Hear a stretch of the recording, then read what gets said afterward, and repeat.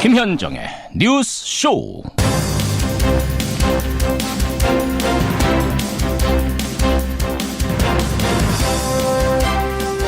애청자 여러분 안녕하십니까? 어제 이 시간에는 북한의 미사일 발사 소식을 전해드렸는데 오늘 이 시간에는 그 미사일 때문에 유엔 안보리가 열리고 있다는 소식으로 문을 엽니다. 우리 시각으로 아침 6시경에 시작이 됐습니다. 북한을 규탄하는 의장 성명 또는 언론 성명 정도가 나올 것으로 예상이 됩니다. 하지만 문제는 북한을 제어할 뾰족한 수단은 없다 보니 규탄 성명을 또 낸들 무슨 소용인가? 답답한 이야기가 나오는 게 현실입니다. 간판만 바꾼들 무슨 소용인가? 그동안 중정에서 안기부, 안기부에서 국정원으로 간판을 바꿀 때마다 나온 지적. 그런데 국정원이 또 이름을 바꾼다지요. 대외안보정보원. 대외안보정보원으로 간판을 바꾸고 강도 높은 자체 개혁을 하겠다. 어제 개혁안을 발표했습니다. 부디 간판만 바꾼들 무슨 소용이냐라는 소리가 이번에는 나오지 않도록 단단한 근본 개혁을 기대해봅니다. 목요일 아침 김현정의 뉴스쇼 출발합니다.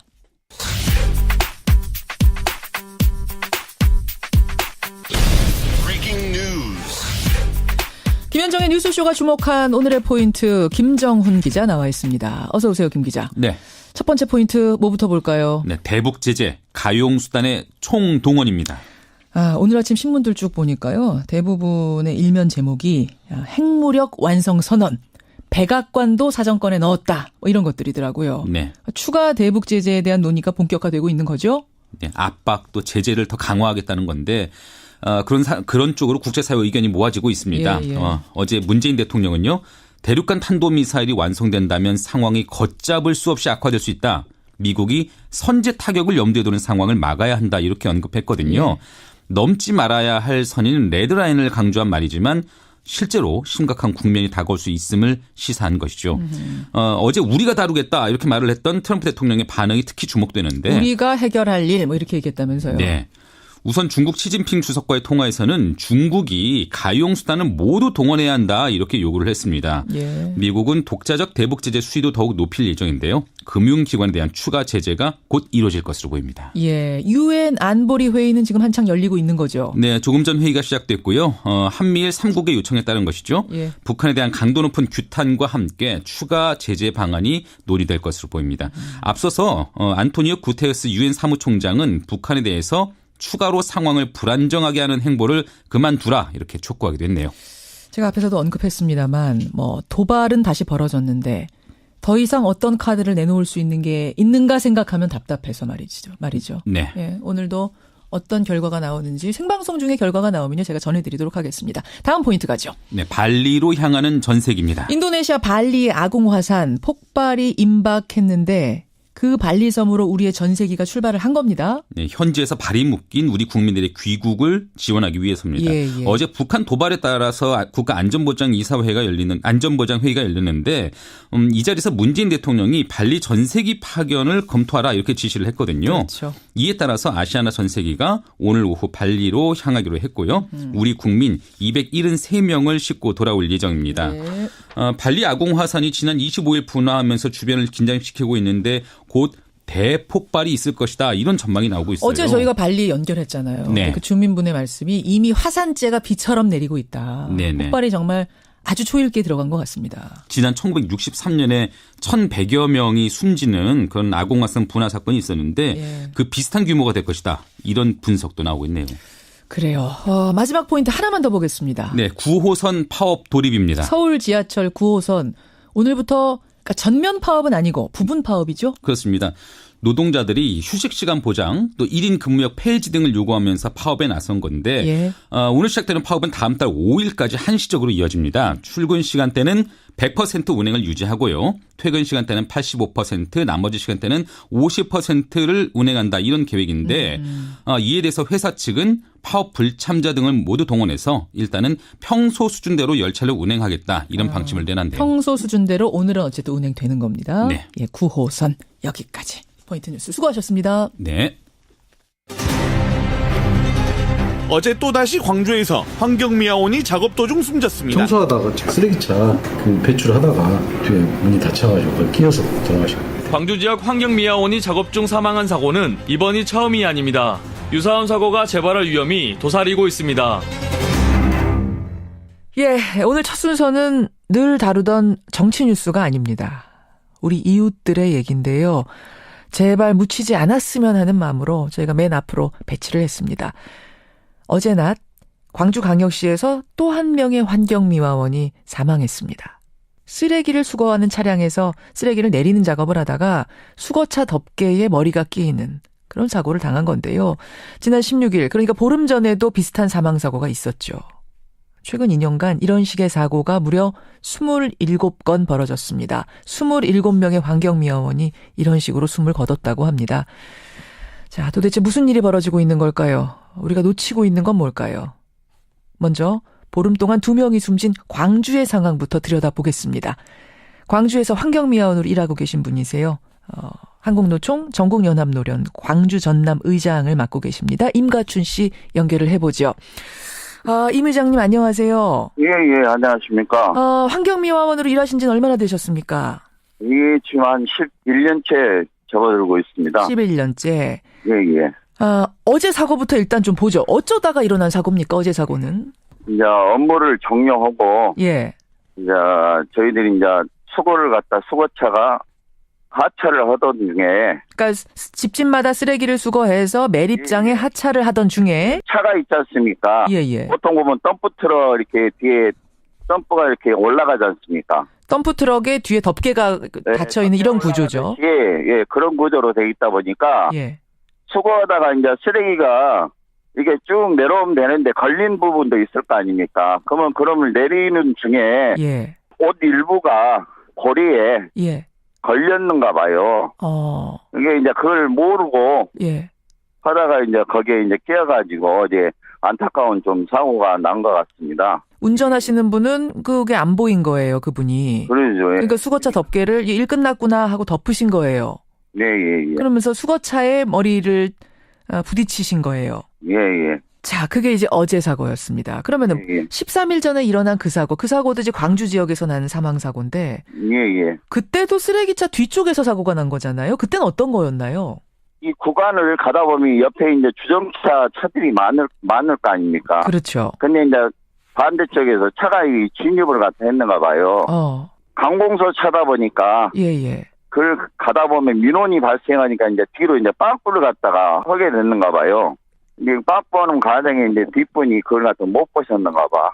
뒤에서 내려가지고 쓰레기 수거 작업을 하던 분을 운전자가 못 보고 차로 치인 거군요. 예. 그러니까 저희들이 그 정도 일을 갖다 마감할 때쯤 되면 예. 모든 체력이 바닥이 나요.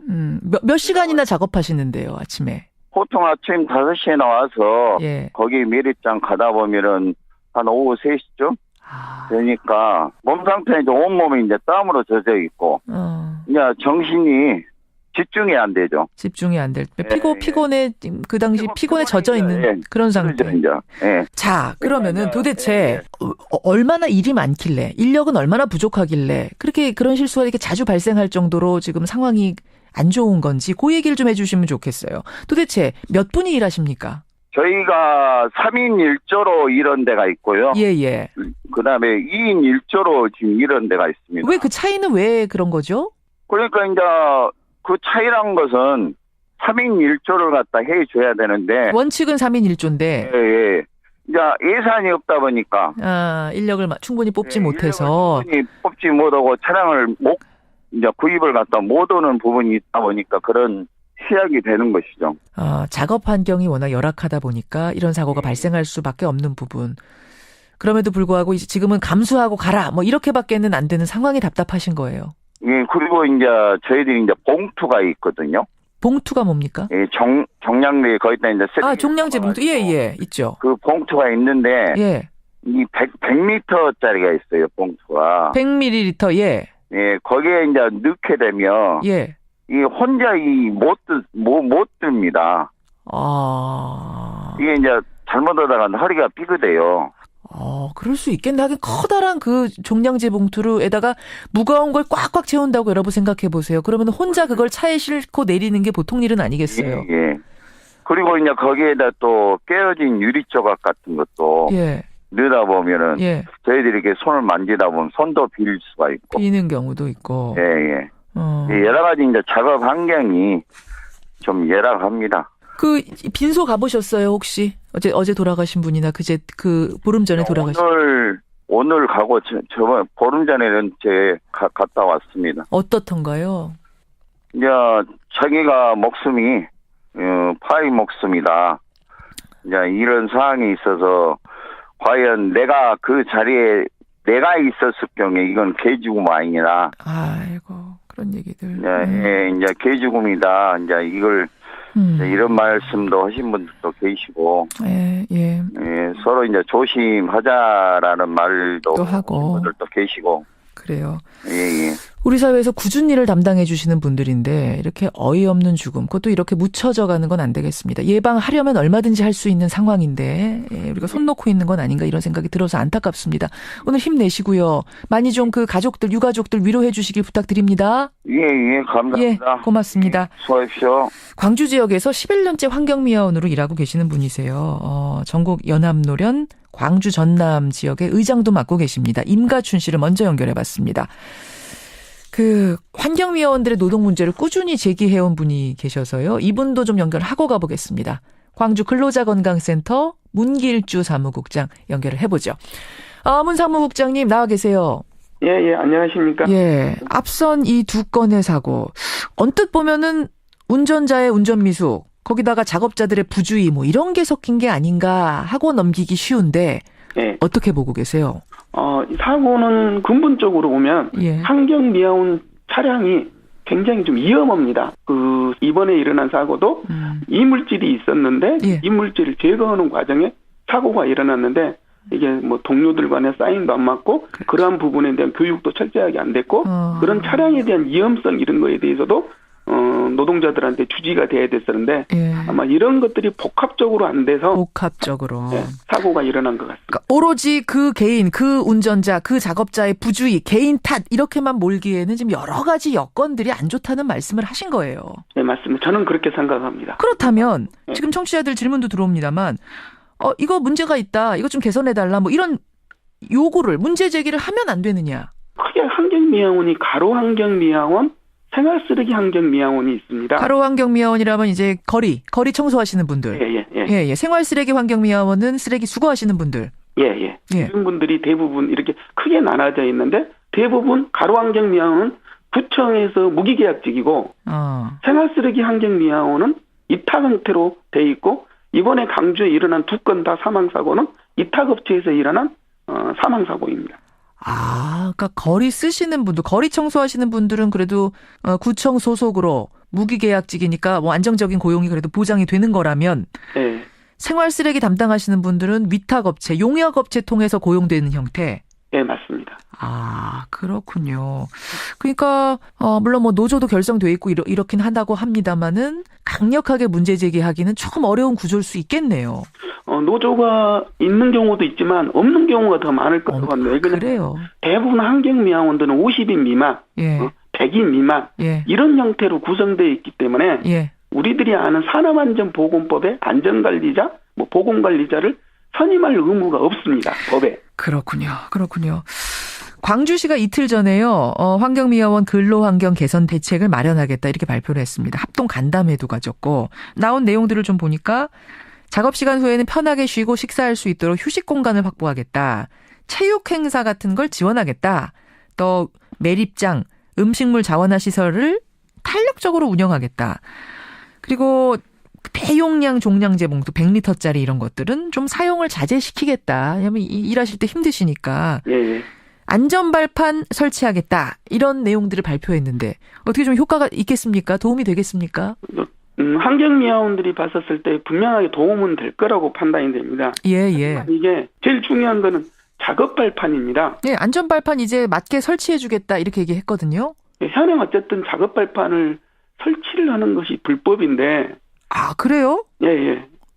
이게 어떻게 안전발판 설치가 불법입니까? 사람이 탑승을 할 수가 없습니다. 그 뒤에 운전석 옆에는 탑승이 가능하지만. 그럼 지금 서가지고 이렇게 서서 손잡이 잡고 가시는 거 다 불법이에요?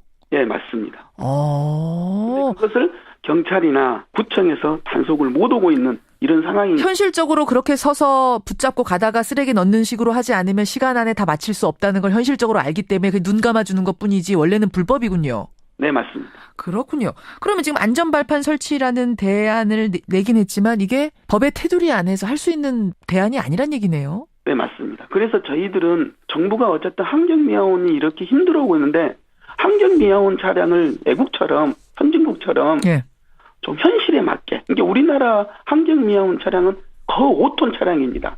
그러니까 골목길이나 이런 데는 들어가지 못합니다. 그러니까 환경미화원들이 손수레로 끌어서 높은 데까지 리아커 이런 거에다가 싣고 손수레에다가 내려온 이런 과정이 반복되고 있습니다. 그래서 우리 현실에 맞는 환경미화원 청소 차량이 개발이 되고 좀 편안하게 일을 할 수 있는 이런 구조를 해야 되는데 쓰레기 봉낭태를 좀 줄인다. 이렇게 지금 대책이 만들어지고 있어서 좀 더 큰 근로조건이나 안전사고 예방에 대한 머리가 이렇게 좀 저희들이 서로 함께 나눠야 될 것 같습니다. 지금은 아주 이제 당장 할 수 있는 것들, 근시안적인 대책만 나왔다면 장기적인 대책, 보다 근본적인 대책은 따로 또 마련돼야 될 거다. 이거 촉구하시는 거예요. 예, 맞습니다. 예. 이대로 그냥 간다면 이런 사고 뭐 또 일어날 수밖에 없겠네요. 말씀 들어보니. 또 일어날 수밖에 없습니다. 이거는 강주 환경미화원뿐만 아니라 우리나라의 전체 3만 5천 명이라는 환경미화원들이 다 위험에 노출되어 있고 그래요. 바로 제안을 하자면 정부나 지자체에서 바로 환경미화원들에 대해 실태점검을 안전점검이나 실태점검을 한번 들어갔으면 좋겠습니다. 그래서 위험 요소를 찾아내고 그 위험 요소를 하나씩 개선해야만 환경미화원들이 더 이상 죽음의 행렬을 멈출 수가 있을 것 같습니다. 여기까지 오늘 말씀 듣겠습니다. 고맙습니다. 네, 감사합니다. 광주 근로자건강센터 문길주 사무국장이었습니다.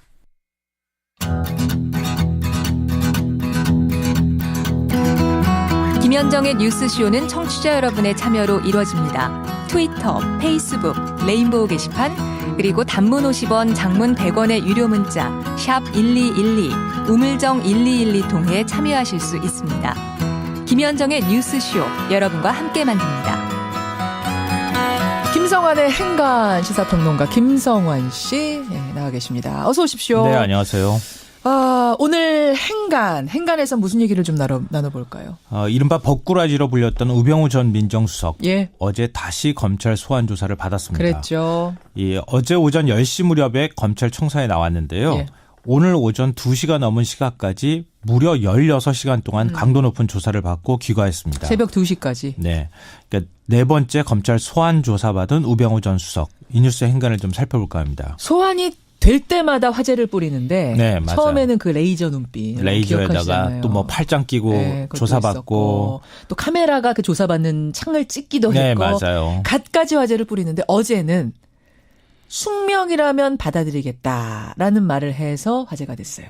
이 말의 의미가 뭘까? 이거 해석하는 사람들이 굉장히 많았고요.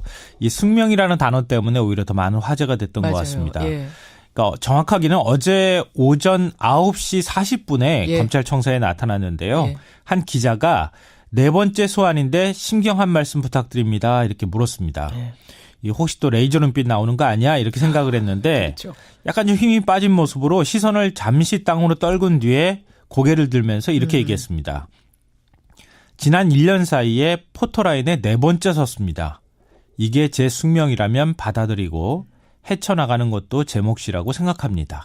숙명이라면 받아들이고 해서 끝난 게 아니라 헤쳐나가는 것도 제 몫이라고 생각합니다. 이렇게 그렇습니다. 얘기했어요. 자, 시간을 재보니까요. 이 말을 하는데 정확히 20초 걸렸고요. 글자를 세보니까 49글자였습니다. 뭘 또 그걸 세보셨어요. 시사평론 가니까. 그렇죠. 인터넷에서는 뜬금없이 무슨 숙명 타령이냐, 업보다 뭐 이런 비판적인 댓글이 많았습니다. 그래요. 20초 49글자의 입장을 발표한 우병우 전 민정수석. 이 뉴스의 행간 이면 들어가 보죠. 첫 번째 행간은 박근혜 전 대통령의 8초 29글자 메시지보다 훨씬 더 실망스러웠다입니다. 기억납니다. 그때는 8초였어요. 네, 8초. 맞아요. 단 8초 입장을 발표했느냐 이런 비판이 있었는데요. 뭐였죠? 그때 멘트가? 지난 3월 21일이었었죠. 박 전 대통령이 서울중앙지검 포토라인에 처음 섰죠. 국민 여러분께 송구스럽게 생각합니다. 성실하게 조사에 임하겠습니다. 딱 이거였습니다. 맞아요. 예. 이게 딱 29글자였었는데요. 이때 송구란 말의 사전적 의미가 뭐냐, 이걸 사과로 받아들여야 되느냐 말아야 되느냐 가지고 엄청나게 논란이 많았습니다. 송구 분석을 우리가 엄청 했습니다. 네, 맞아요. 송구. 근데 최종적으로 박 전 대통령의 번역기를 한번 돌려보면 내 잘못을 인정하고 싶지 않은 이런 일에 마지못해 내가 사과한다. 네, 네. 뭐 그래서 송구스럽다는 표현을 썼다. 뭐 이렇게 해석을 할 수 있었을 것 같습니다. 죄송스럽다거나 사과드립니다가 아니고 미안합니다가 송구라는 아니고요. 표현을 택했어요. 그러니까 우전 수석은 뭐 송구란 표현조차 사용하지 않았고요. 숙명이란 말을 썼습니다. 숙명의 사전적 정의가 뭔지 한번 제가 또 찾아봤어요. 숙명은 뭐예요? 타고날 때부터 타고난 날 때부터 타고난 정해진 운명, 또는 피할 수 없는 운명. 아하. 이겁니다. 그러니까 검찰에 4번씩 출두하는 게 내 인생의 정해진 운명이다. 뭐 이런 식의 어떤 생각들을 했던 것 같은데요. 근데 이것도 잘 생각해 본 말이죠. 네. 그러니까 정해진 운명이어서 난 여기 선 거지 내가 잘못해서가 아니다라는 느낌도 그렇죠. 사실 들거든요. 그러니까 우병우 번역기를 제가 또 돌려봤는데요. 당신들이 그렇게 날 잡아놓고 싶어서 안달을 하니 내가 어쩌겠는가. 이 자리에 나올 수밖에 없지.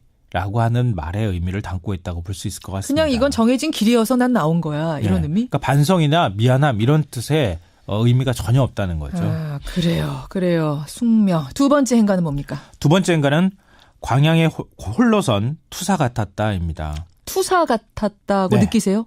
뭐 레이저도 쏘지 않았고 뭐 한숨도 이번에 또 쉬었고요. 숙명이라는 표현까지 사용했으니까 이젠 좀 달라졌나 이렇게 생각하시는 분들이 있을지 모르겠는데 그게 아닙니다. 숙명 다음에 이런 말을 붙였습니다. 앞서 제가 말씀드렸는데요. 헤쳐나가는 것도 제 몫이라고 생각합니다. 그렇죠. 이게 무슨 뜻일까요? 당신들이 날 포토라인에 세우는 거는 나의 숙명일 수 있지만 나는 꿋꿋이 헤쳐나가겠다. 싸워서 이기겠다. 이런 의지의 표현입니다. 투사. 여기서 투사 이미지. 네. 그러니까 우전 수석이 검찰 조사를 마치고 나올 때 보도는 아마 거의 보신 분들이 없을 거예요. 오늘 새벽에 나왔으니까요. 어떤 말을 했느냐. 표정이 10개 웃음기를 띠면서 아주 여유로운 표정이었고요. 혐의를 잘 소명했다고 생각한다. 이렇게 얘기했습니다. 혐의를 잘 소명했다고 난 생각한다. 네. 그러니까 숙명이면 받아들이고 잘 헤쳐나가겠다고 한 대로 나는 잘 대처했다. 이런 얘기입니다. 그래요. 그러니까 우전 수석은 실제로 검찰 조사에서 불법 사찰 혐의에 대해서 강하게 부인한 것으로 알려지고 있고요. 불법 사찰을 한 혐의로 현재 구속 중인 추명호 전 국정원 국장과 통화를 한 부분에 대해서도 상세한 내용을 얘기하지 않으면서 잘 기억나지 않는다고 말했다고 합니다. 그러면 이걸 뭐 녹음을 해놓은 게 있지 않은 한 뭔가 써놓지 않는 한 이게 과연 불법 사찰을 지시했다는 부분을 어떻게 입증할 수 있을까? 좀 지금 그래서 옅게 웃은 게 아닌가 이런 생각이 들어요. 우전 수석한테 지시받은 사람, 같이 불법 사찰을 한 사람들이 다 우전 수석과 나는 그걸 공모관계라고 얘기를 하고 있습니다. 그러니까 말은 진술은 있습니다만 뭐 그 외의 증거들은 지금 불충분한 상황이라 옅게 웃은 게 아닌가 뭐 이런 생각이 들긴 하는데 마지막 행간으로는 뭘 보셨어요? 마지막 세 번째 행간은 이번이 진짜 마지막일 수 있다입니다. 이번이? 이번 네 번째 포토라인이? 아니요. 포토라인뿐만 아니라 검찰이 이번에 영장을 다시 또 청구할 가능성이 굉장히 높습니다. 이번에는 영장을 과연 영장의 기각이 될지 안 될지 이걸 좀 우리가 지켜봐야 되는데요. 검찰 입장에서 더 적용하고 싶어도 적용할 혐의가 별로 없어요. 처가회사 정강 탈세 문제로 처음에 이제 조사받았죠. 그다음에 국정농단 방조 혐의로 2차례 소환 조사받았습니다.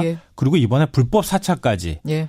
더 적용할 혐의가 없습니다. 이번에 만약에 영장이 기각되면 검찰과 우병우 전 수석의 싸움에서 검찰이 완패하게 될 수도 있습니다.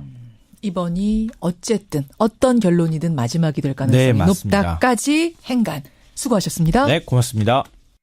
무쇠바람님, 저는 서울 사는데요. 쓰레기 환경미화원 혼자 쓰레기를 운전하고 내려서 치우는 장면을 보기도 했습니다. 2인 1조가 아니라 혼자 다니시는 분까지 있다고요. 2부로 가겠습니다. 2부 이재명, 남경필 두 분의 토론 준비되어 있습니다.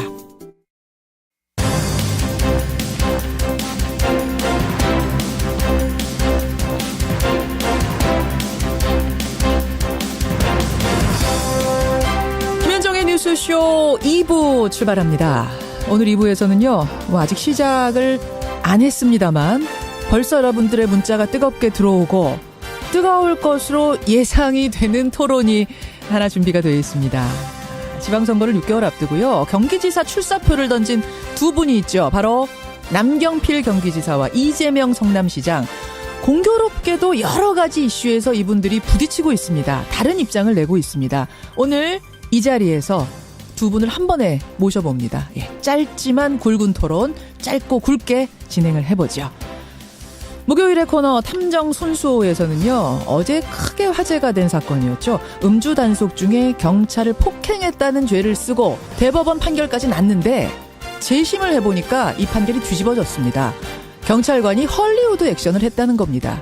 이 사건의 이면 속으로 들어가 보겠습니다.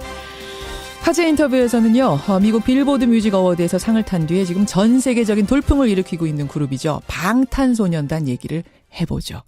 도대체 왜 전 세계 10대들이 열광하고 있는 건지 방탄소년단을 배워보겠습니다.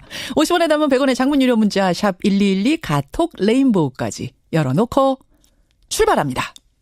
이가탄의 힘! 붓고 피날 때 탁월하게 아픈 잇몸을 건강하게 이가탄! 잇몸병엔 이가탄! 증상은 달라도 잇몸병엔 역시 이가탄입니다. 잇몸병엔 이가탄! 아시죠? 명인제약. 지방선거가 이제 6개월여 앞으로 다가왔는데요. 이미 뜨겁게 달아오른 곳이 있습니다. 바로 경기도. 경기도. 남경필 경기지사와 이재명 성남시장 이 두 분은요. 참 공교롭게도 여러 가지 사안을 놓고 엇갈리는 의견이 많았습니다. 청년 일자리 정책 그랬고요. 버스, 광역버스 준공영제, 또 적폐청산이냐 정치보복이냐 이 논란까지 핑퐁 설전이 이어지고 있습니다. 근데 한 번도 이분들이 한 자리에서 토론을 하신 적이 없더라고요. 그래서 오늘 저희가 방송 첫 번째 자리를 마련해봤습니다. 참 어렵게 모셨습니다. 남경필, 이재명, 남경필 두 분 모셔보죠. 먼저 남경필 경기지사님 안녕하세요. 네, 안녕하십니까. 반갑습니다. 이재명 성남시장님도 나와 계시죠? 안녕하세요. 네, 이재명입니다. 반갑습니다. 두 분도 서로 인사 한번 나누세요. 네, 지사님. 안녕하셨어요, 시장님. 네, 반갑습니다. 이게 직접 목소리 듣고 뵙게 되니까 너무 반갑네요. 네. 반가우신 거 맞으시죠? 진짜입니다. 지금 청취자 문소영님이 두 분 아침부터 토론하시려면 힘드시겠다 응원하는 문자도 보내주고 계세요. 자, 좀 시간이 길지는 않습니다. 그래서 제가 짧게라도 한 지금 3가지 정도 이슈를 준비해 놓고 있습니다. 그래서 진행을 하다가 시간을 배분해서요. 어쩔 수 없이 중간에 끊을 수밖에 없다는 거 여러분들 양해를 부탁드리고 진행을 해보죠. 자, 가장 화제가 된 이슈부터 시작을 하겠습니다. 지금 이 정부의 각종 이 조사들, 적폐청산 이란 이름으로 과거사위원회, 진상조사위원회 여러 가지 조사들이 벌어지고 있는데 이것이 과연 적폐청산이냐 정치보복이냐 이겁니다.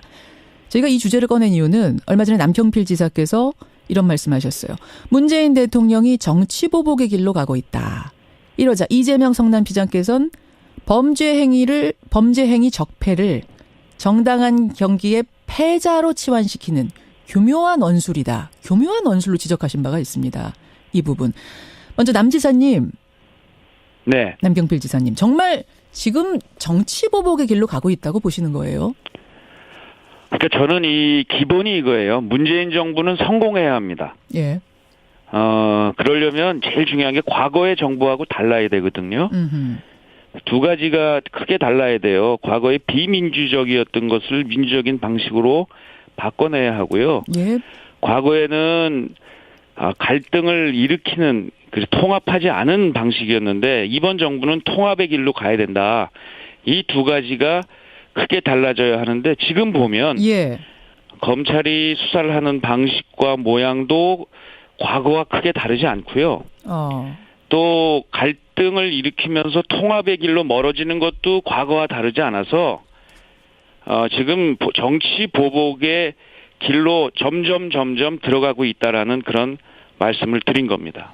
갈등을 일으키는 방식으로 지금 수사가 이루어지고 있다. 이재명 시장님 동의하십니까? 총론적으로 문재인 정부가 성공해야 되고 과거와는 달라야 되고 다 동의합니다. 동의하는데 수사의 방식이 문제가 아니라 수사의 대상에 있어서 문제가 있다고 생각하시는 것 같아요.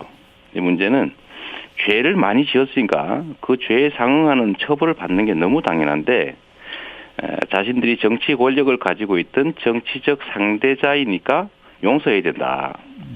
이거는 사실은 경기에서 패자니까 반칙해도 용서해야 된다.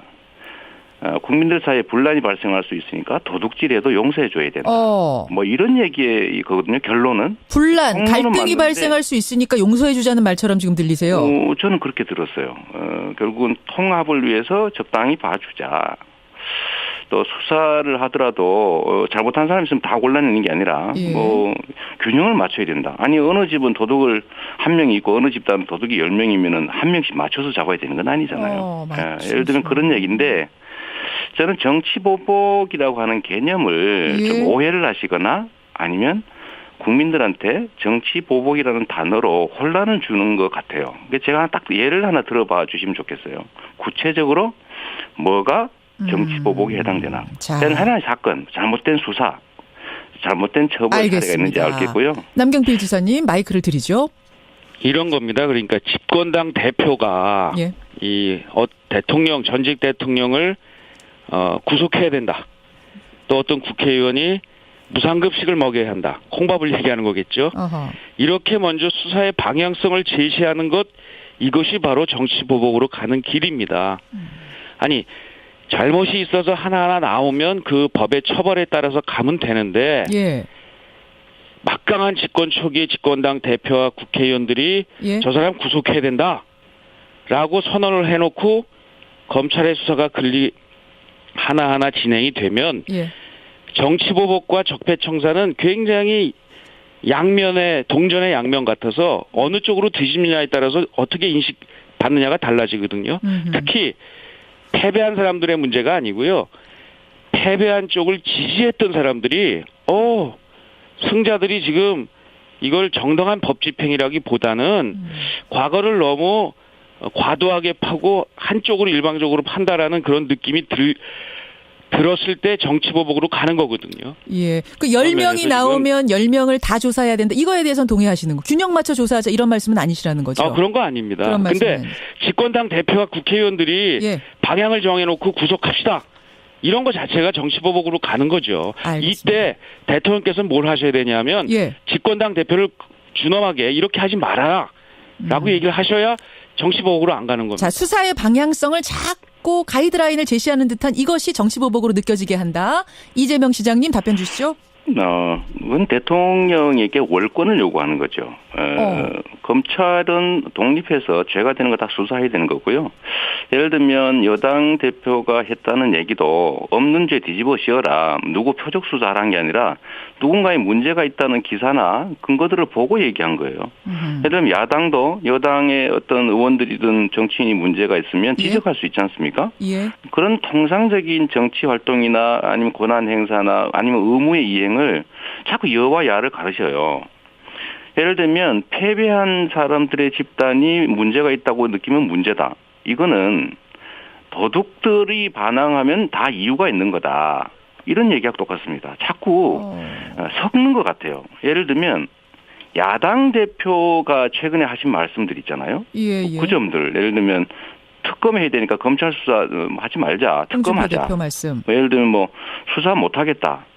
하다못해 정무수석한테 우리 의원들 잡아가지 마라. 그 말이 안 되는 거죠. 그런 거야말로 정치가 검찰 수사에 개입하는 겁니다. 자, 정치보복. 편을 갈라서 여당이 하는 거는 정치보복이고 야당이 하는 것은 정당하고 이 얘기하고 비슷한 것 같아요. 남경필 지사님. 이 주제에 대해서. 대표의 그런 언사는 잘못된 거예요. 저도 동의합니다. 그렇다 하더라도 대통령께서 이 검찰에다 가이드라인을 주라고 제가 말씀드린 게 아니잖아요.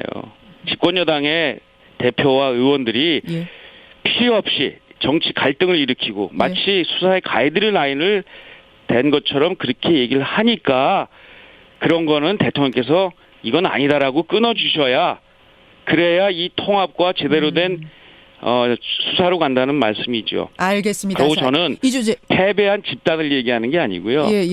패배한 사람들을 지지했던 많은 국민들이 그 국민들이 이거 너무 심한데 라고 느끼면 그게 정치보복으로 간다는 말씀을 드린 겁니다. 자, 제가 똑같이 기회를 드려야 되기 때문에 이재명 시장님이 짧게 마지막 발언 주시고 알겠습니다. 다음 주제 가겠습니다. 이 공정한 나라를 만드는 것은 우리 국민들의 그야말로 시대적 소명이고요. 소망이고 공정한 나라를 만들기 위해서는 공정성을 해친 범죄 행위에 대해서 엄정한 책임을 묻는 게 출발입니다. 이 적폐청산이라고 하는 게 뭐 예를 들면 공정한 룰을 깨고 이익을 보던 사람들한테는 억울하겠지만 대다수 선량한 국민들한테는 바람직한 길이라서 다 지지하고 있어요. 다는 아니겠지요. 네. 압도적으로 지지하기 때문에 소수의 어떤 집단들이 저항한다고 해서 통합을 위해서 적당히 봐주고 넘어가던 그 과거에 잘못된 관행들을 반드시 깨야 됩니다. 자, 적폐청산이냐 정치보복이냐 두 분이 설전을 나누셨던 그 주제를 오늘 한번 잠깐 다뤄봤고요. 경기도 얘기로 들어가 보겠습니다. 두 분이 부딪히고 있는 두 번째 주제, 광역버스 준공영제 도입입니다. 광역버스. 경기도에서 서울을 오가는 광역버스들이 있습니다, 여러분. 근데 이 광역버스에도 준공영 개념을 도입해서 적자가 나면은 지자체가 보전을 해주는 이런 식으로 좀 운영을 해보자. 남경필 지사님. 네. 남 지사님이 이건 유일한 해결책이다 이렇게 말씀하셨더라고요. 뭐 유일하다기보다는 지금 할 수 있는 가장 효과적인 정책이라고 봅니다. 어떤 의미에서 그렇습니까?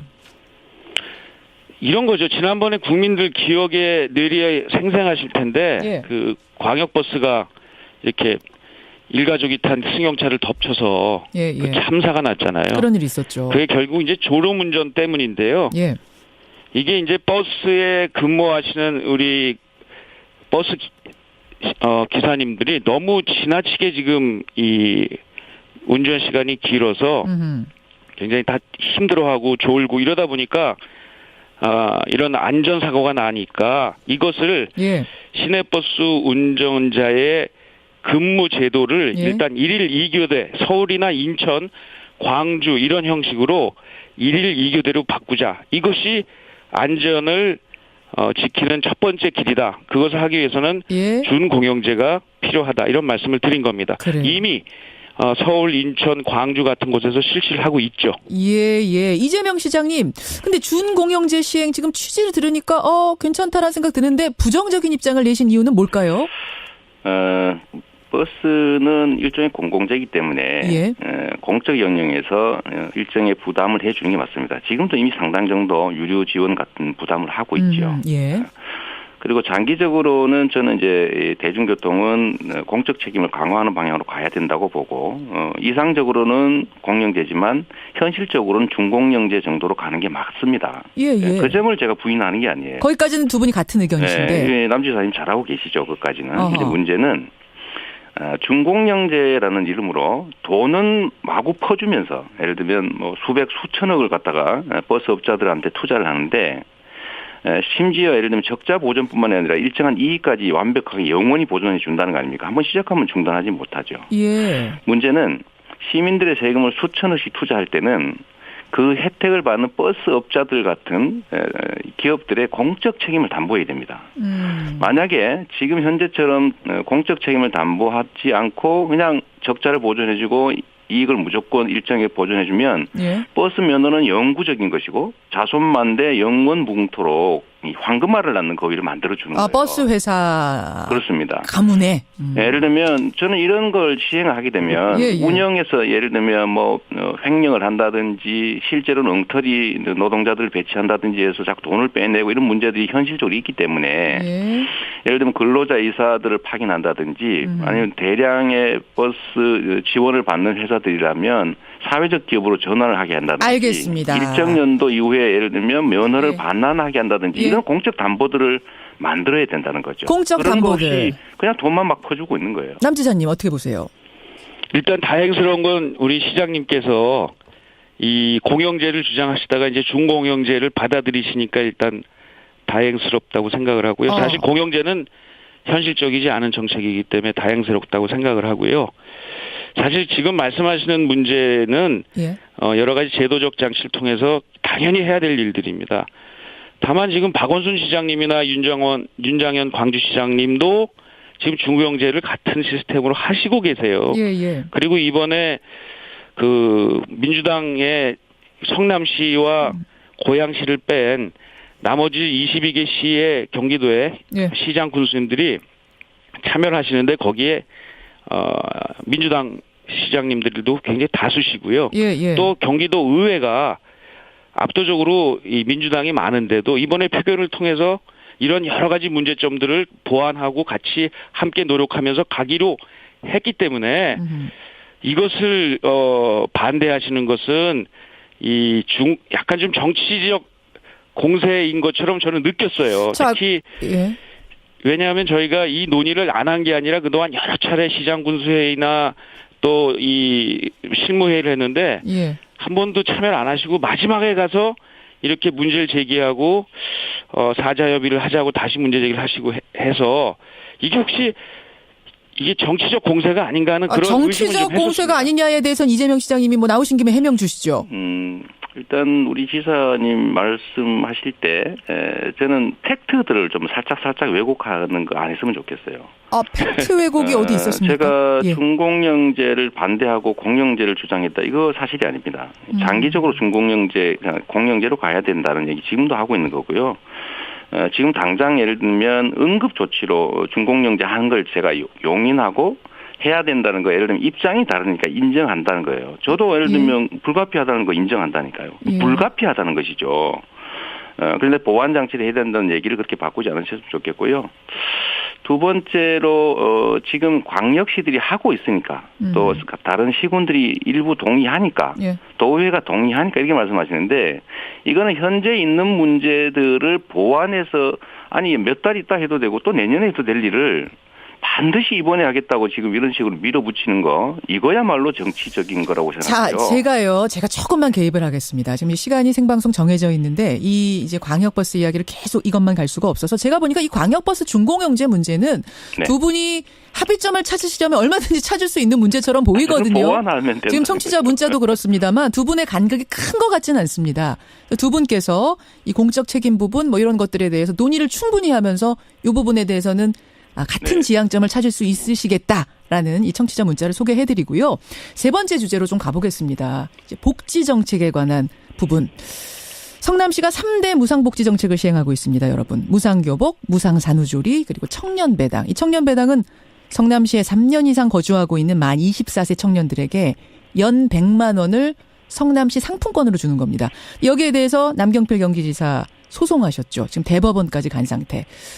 우선 확인을 좀 하겠습니다. 남 지사님. 네. 예, 이 소는 취하할 생각이 여전히 없으신 건가요? 이건 제가 취하고 할 문제가 아니고요. 예. 그냥 서울시도 이런 일이 있었는데 서울시가 그냥 중위소득 150% 이하의 미취업 청년들에게 준다라고 바꿨어요, 정책을. 아하. 그러면서 복지부하고 협의가 돼서 그냥 해결이 됐습니다. 시장님이 그렇게 하시면 됩니다. 그렇게 하시면 됩니다. 이재명 시장님. 각 자치단체들이 자치권을 가지고 자신의 예산으로 고유의 사업을 하는 걸 정부가 하지 마라 라고 한다고 해서 하지 말면 자치권은 사실은 없어지는 거죠. 경기도도 자치단체인데 정부가 이걸 동의하지 않았다는 이유로 하지 말라라고 소송을 하게 되면 자치권을 부인하는 거 아닙니까?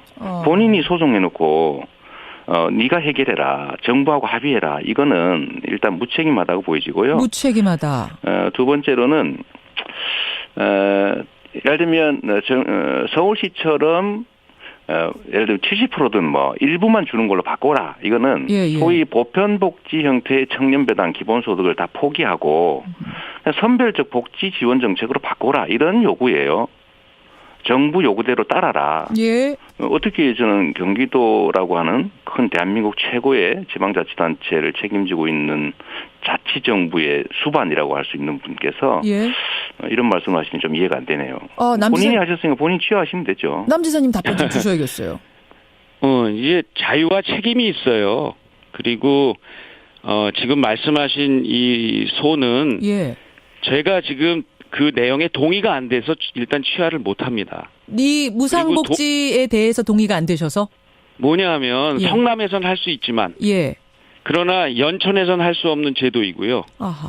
그러니까 마치 강남에서는 할 수 있는데 강북에서 할 수 없는 정책이라면 경기도 입장에서는 고민을 할 수밖에 없는 거고 예? 더 크게 대한민국으로 보자면 예? 성남에서는 할 수 있는데 저 다른 지방에서는 도저히 불가능한 정책이라고 한다면 예. 국가가 고민을 하게 돼 있어요. 자, 이 부분에 대해서 자, 그래서 지금 박근혜 정부 때가 아니라 지금 문재인 정부에서도 이 정책에 대해서는 문제가 있기 때문에 계속해서 협의가 안 되고 있는 거 아닙니까? 그러니까 시장님께서 무상 이 보편적 복지에 대한 철학은 제가 이해를 합니다. 그렇지만 현재 우리나라의 재정 상태나 정책의 방향으로 봤을 때 이것이 과하다라고 느끼기 때문에 그러는 거니까요. 정부하고 협의를 하십시오. 그 정책을 바꾸시면 저희가 얼마든지 소치화 같은 거 검토할 수 있습니다. 성남시장님, 그러니까 강남에서는 할 수 있지만 강북에서는 못하는 정책 문제 있다. 지사님, 정부와 협의해서 저희가 정책을 바꾸면 동의를 받으면 소치화할 필요 없이 지사님 100% 지는 겁니다. 지금 정부와 협의가 안 된 상태에서 자치단체들이 고유의 사무를 자체 예산으로 할 수 있느냐 하는 게 바람직하냐, 정부가 막는 게 옳으냐라는데 남 지사님이 거기 정부가 막는 게 옳은 게 맞다고 동의하신 거예요. 제가 예를 하나 들어볼까요? 지금 말씀하신 것 중에 지역의 차이가 있기 때문에 성남시가 하는 게 문제가 있다. 그러면 경기도가 청년들 300만 명 중에서 예를 들면 10,000명 딱 골라가지고 1억 만들어준다. 청년 일자리 통장. 할 수 있습니까? 다른 자치 할 수 있으니까 하면 안 되겠군요. 여기 자 잠깐만요. 이렇게 말씀하실 거예요. 청년 일자리 통장 승인했다. 정부에서 동의했다. 그러니까 동의하면 할 수 있고 동의하면 못한다. 이건 결국은 자치권을 스스로 부인하는 것이라는 거 제가 말씀드리고 싶네요. 남경필 지사님 답변 주세요. 청년 일자리 통장도 그렇게 따지면은 그 똑같은 거 아니냐? 어떻게 생각하세요? 저희가 이 청년 일자리 통장을 꼭 찍어서 지금 1억 연금 말씀만 하시는데요. 약 13만 명에게 혜택이 돌아가는 다양한 정책이 있고요. 이건 역시도 이 중앙정부하고 저희가 끊임없이 협의를 하고 보완을 하고 이런 과정을 통해서 저희가 동의를 받고 간 겁니다. 현재 법이 그렇게 동의를 받도록 돼 있는데 왜 이 절차를 그러니까 비민주적이라는 얘기를 들을 수밖에 없는 그런 비판이 있다는 걸 좀 이해하셨으면 좋겠어요. 아니 아무리 시장님이 하시는 게 옳다고 생각을 해도 국가가 그리고 우리가 함께하는 공동체가 이건 좀 성남이 너무 과하다라고 얘기하면 수정할 줄도 아시는 게 그게 민주적인 자세라고 생각합니다. 자, 저희가 똑같이 기회를 드려야 되기 때문에 이재명 시장님 마지막 짧게 답변 주십시오. 정부의 그 지방자치 관련 복지 관련 법령에 이렇게 돼 있어요. 정부와 지방자치단체는 협의해라. 협의가 안 되면 조정한다고 돼 있지 어디에 그 동의받으라고 돼 있습니까? 지방자치단체가 자체 예산으로 하는 고유의 사무에 대해서 정부가 동의를 해야 된다고 하는 거는요. 유신시대로 되돌아가자는 얘기입니다. 이 관치 아닙니까? 관치다. 알겠습니다. 여기에 저는 동의하신다는 도지사님 입장을 이해하기가 좀 어렵고요. 또 한 가지 자꾸 이 말씀하시는데 저는 도지사님이 하시는 청년을 위한 청년 정책 잘하신다고 생각해요. 정책이란 또 입장의 차이에 따라 다를 수 있죠. 근데 제가 지적하는 거는 청년 통장이나 이런 게 아니고요. 10,000명을 딱 뽑아서 그것도 내년에만 1억을 만들어주겠다는 지속성 없고 너무 과다하고 특정 소수만 혜택 보는 이런 그야말로 심한 포퓰리즘이라고 불릴 수도 있는 이런 정책들을 하는 걸 지적한 거예요. 그거 지적한 걸 가지고 마치 제가 경기도의 모든 청년 정책을 반대하는 것처럼 자꾸 그렇게 섞지 않으시면 좋겠어요. 자, 제가 좀 끼어들어야 될 것 같습니다. 오늘 뭐 이 커다란 주제를 가지고 지금까지 여러분 설전을 나눴지만 결론이 안 났던 이 주제로 오늘 끝장 토론을 할 수는 없을 것 같고요.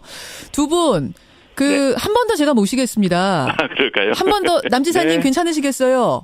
그럼요. 지금 좋습니다. 문자도 너무 뜨겁게 들어와서 일단은 오늘 마무리를 하고 두 분을 조만간 한 번 더 모셔서 오늘 이 주제로 다시 한번 이어가겠습니다. 오늘 고맙습니다. 네, 감사합니다. 네, 감사합니다. 경기도 남경필 지사, 성남시 이재명 시장이었습니다.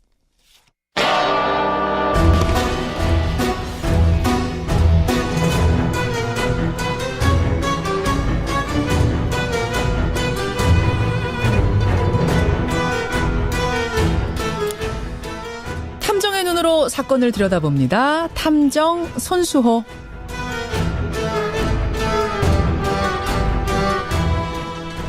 관심을 모으고 있는 사건을 보다 자세히 들여다보는 시간 탐정 손수호. 오늘도 손수호 변호사 나오셨습니다. 어서 오십시오. 네, 안녕하세요. 토론 앞에서 들으셨죠? 네. 예, 우리 시간을 좀 먹었습니다. 네. 앞에 토론이 네. 부지런히 우리가 진행을 해야 될 텐데 사실은 오늘 탐정 손수호 주제가 저는 굉장히 흥미로워서 기대를 하고 있었어요. 토론보다 흥미롭습니다. 예, 술에 관한 이야기잖아요. 술에 관한 사건. 그렇죠. 사실은 이제 손 변호사는 술을 전혀 안 하시잖아요. 잘 못 마십니다. 그러시죠. 그래서 네. 음주 단속이나 뭐 이런 시비 붙어본 적도 없으시고. 앞으로도 없을 것 같아요. 네. 바람직합니다. 근데 사실 오늘 사건은요. 음주운전 단속에서 비롯된 사건이에요. 그렇습니다. 한 부부가 있었고요. 음주 단속 중인 경찰을 폭행했다는 이유로 공무집행 방해죄 유죄 판결을 받아서 확정이 됐어요. 예. 그런데 최근에 재심을 통해서 8년 만에 누명을 벗었습니다. 경찰이 헐리우드 액션을 했다. 경찰이 헐리우드 액션을 했다. 폭행을 당한 것처럼 연기를 했다는 걸로 재심의 결론이 난 겁니다. 그래서 화제가 된 사건이에요. 정확히 말하면은요. 경찰을 폭행했다고 단정하기 어렵다고 본 겁니다. 즉 경찰이 폭행을 당하지도 않았으면서 이른바 헐리우드 액션을 했을 가능성이 있다는 판결인데요. 예. 늘 그렇듯이 이번 사안에도 역시 여러 가지 복잡한 요소들이 얽혀 있습니다. 자, 차근차근히 좀 살펴보죠. 처음에 어떻게 시작이 된 겁니까? 시비가. 2009년이었습니다. 술에 취한 남편 박 씨, 예. 아내 최 씨가 운전하는 승용차를 타고 이제 가던 중이었어요. 예. 그런데 음주 단속을 받게 됩니다. 아내가 운전하고 있었어요? 그렇습니다. 음주운전을 본인이 했던 건 아니고요. 남편이 음주를 측정을 하는 경찰에게 기습 단속이 정당하냐, 밤길에 놀라서 급정거하지 않았냐, 사고 날 뻔했다. 라면서 항의를 했고요. 왜 이렇게 기습적으로 단속을 하는 거예요? 라면서. 네, 실랑이가 벌어졌어요. 예. 그래서 이 남편 박 씨가 차에서 내려서 화를 내고 경찰에게 욕설도 합니다. 이제 박 경사가요. 경찰이 아내에게 예. 전화번호 주고 가면 다음에 불러서 내가 주의를 주든지 하겠다로 말을 했는데요. 예. 그 순간 박 경찰이 비명을 지르면서 허리를 앞으로 숙입니다. 경찰은요. 이 박 씨가 남편 박 씨가 자신의 팔을 뒤로 꺾었다고 주장을 한 건데요. 여러분, 이게 팔 꺾는 거 있잖아요. 경찰들이 범인 잡을 때 팔 꺾어서 뒤로 이렇게 하는 거를 이 박 씨가 경찰한테 했다라고 경찰이 주장을 한 거예요. 그렇습니다. 동료 경찰이 촬영한 캠코더 영상이 있었어요. 굉장히 중요한 자료죠. 실제로 이 경찰의 오른팔이 뒤로 꺾이고 앞으로 이제 고꾸라지듯이 쓰러질 뻔한 자세의 모습이 담겨 있었습니다. 맞아요. 그런데 이 박 씨와 경찰 사이에 중간에 박 씨의 아들이 있었어요. 예. 또 화질도 아주 선명하지는 못했습니다. 좀 어둑어둑했거든요. 아들이 가리고 있는 데다가 화질도 좋지 않았어요. 네, 그래서 정확한 상황 파악은 어렵지 않았나 싶었는데요. 하지만 남편 박 씨에게 공무집행 방해죄가 적용되어서요. 맞아요. 벌금 200만 원 약식 명령이 나왔고 박 씨가 억울하다면서 정식 재판을 청구합니다. 그러면서 재판에서 이렇게 주장하는데요. 경찰이 내 손을 잡고 있다가 갑자기 혼자 넘어지는 상황을 연출한 거다. 경찰 혼자서. 나는 경찰 팔을 꺾은 적이 없다라고 예. 주장을 했습니다. 그래요. 하지만 이 주장이 인정되지 않았고요. 결국은 공무집행 방해죄 유죄 판결이 선고됐고 대법원까지 갔지만 결국 유죄 판결이 확정됐습니다. 경찰 팔 꺾은 게 인정이 된 겁니다. 대법원까지. 이게 다가 아니었어요. 박 씨 고난의 끝이 아니었어요. 고난의 시작이었죠. 예. 네, 그 당시는 이렇게 될 줄 몰랐을 겁니다. 맞아요. 먼저 남편이 공무집행 방해죄로 재판을 받을 때 현장에 있었던 아내가 굉장히 중요한 목격자 아니겠습니까? 증인이죠. 네, 증인으로 출석해서 증언을 했습니다. 예. 증언 내용은 남편이 경찰의 팔을 비튼 사실이 없다라는 내용이었습니다. 예. 그런데 그 재판에서 남편이 결국 유죄 판결을 받게 되니까 이 아내의 증언이 위증이 된 거죠. 그렇게 되네요. 그래서 검사가 아내를 위증죄로 기소합니다. 그래서 아내가 징역 8월형을 선고받아요. 물론 집행유예 2년이 붙었지만. 아내까지. 네, 위증죄로. 유치원 교사였습니다. 교육 공무원이었는데 예. 이 아내가 이 판결을 이유로 면직되고 맙니다. 근데 이게 또 끝이 아니에요. 또 있어요. 아내가 위증죄로 기소돼서 재판을 받았잖아요. 예. 이 재판에 또 남편이 증인으로 나옵니다. 예. 그래서 남편이 또 나는 경찰관 폭행한 적 없다라고 했는데 이게 또 위증이 된 겁니다. 그래서 이 남편 또 역시 위증죄로 기소돼서 1심에서 벌금 500만 원형을 선고받고 불복해서 항소를 했죠. 그래. 아니 그러니까 남편이 진짜로 경찰 팔을 꺾었으면 그랬으면은 뭐 죄를 받아야죠. 억울할 것도 없죠. 뭐 고통도 받아야죠. 그런데 문제는 재심을 청구했는데 사건이 뒤집히기 시작한 거 아닙니까? 네, 그렇죠. 그렇죠. 사건 발생일로부터 6년이나 지났네요. 예. 2015년입니다. 네. 이제 남편이 1심에서 위증죄로 벌금 500만 원형을 선고받고 불복해서 항소했는데요. 예. 이 재판에서 반전이 시작됩니다.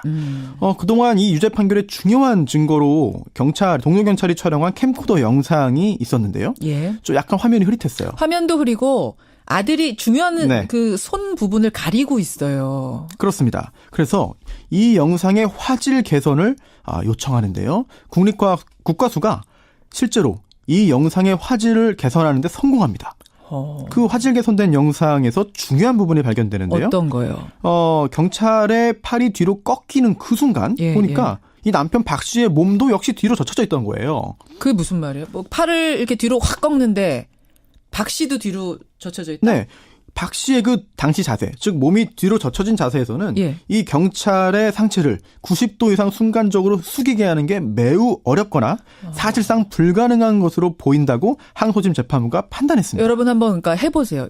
어떤 사람 팔을 잡고 뒤로 확 꺾는데 내 몸을 뒤로 한 젖힌 채 이게 가능하겠는가? 그게 불가능하다. 또는 사실상 어렵다라고 재판부가 봤고요. 결국 항소심에서는요. 이 남편에 대한 위증죄 무죄 판결이 선고됩니다. 검사가 불복해서 상고했어요. 대법원까지 갔습니다. 하지만 검사의 상고가 기각돼서 어렵게 남편은 위증 부분에 대해서는 무죄 판결을 받습니다. 여기서부터가 시작이군요. 여기서부터가 반전의 시작이군요. 그렇습니다. 이제 반전이 정말 시작되는 거죠. 남편이요. 위증죄로 무죄 확정 판결을 받았으니까 그다음 단계를 진행합니다. 그게 뭐냐면 맨 처음 사건이 공무집행 방해죄거든요. 경찰을 폭행했다. 여기에 대해서 유죄 판결이 확정됐지만 재심을 청구합니다. 바로 여기서. 재심이라는 게 아시다시피 언제나 받아들여지는 건 아니거든요. 재심되는 건 저 많이 못 봤어요. 재심 사유가 존재해야 됩니다. 맞아요. 그래서 뭐 유죄 판결의 증거로 사용된 것이 이제 유죄 판결의 증거가 위조되거나 아니면 무죄의 새로운 증거가 나타나거나 등등 예외적인 사정이 존재해야 되는데요. 법원은 이 사건의 경우에 재심 청구가 이유 있다라고 보고 재심 개시 결정을 내립니다. 재심을 받아들인 겁니다. 재판부가. 네. 화질 개선된 영상을 봤더니 폭행이 있었다고 단정하기 어렵다 본 것이고요. 또 격투기 중에 유도 있잖아요.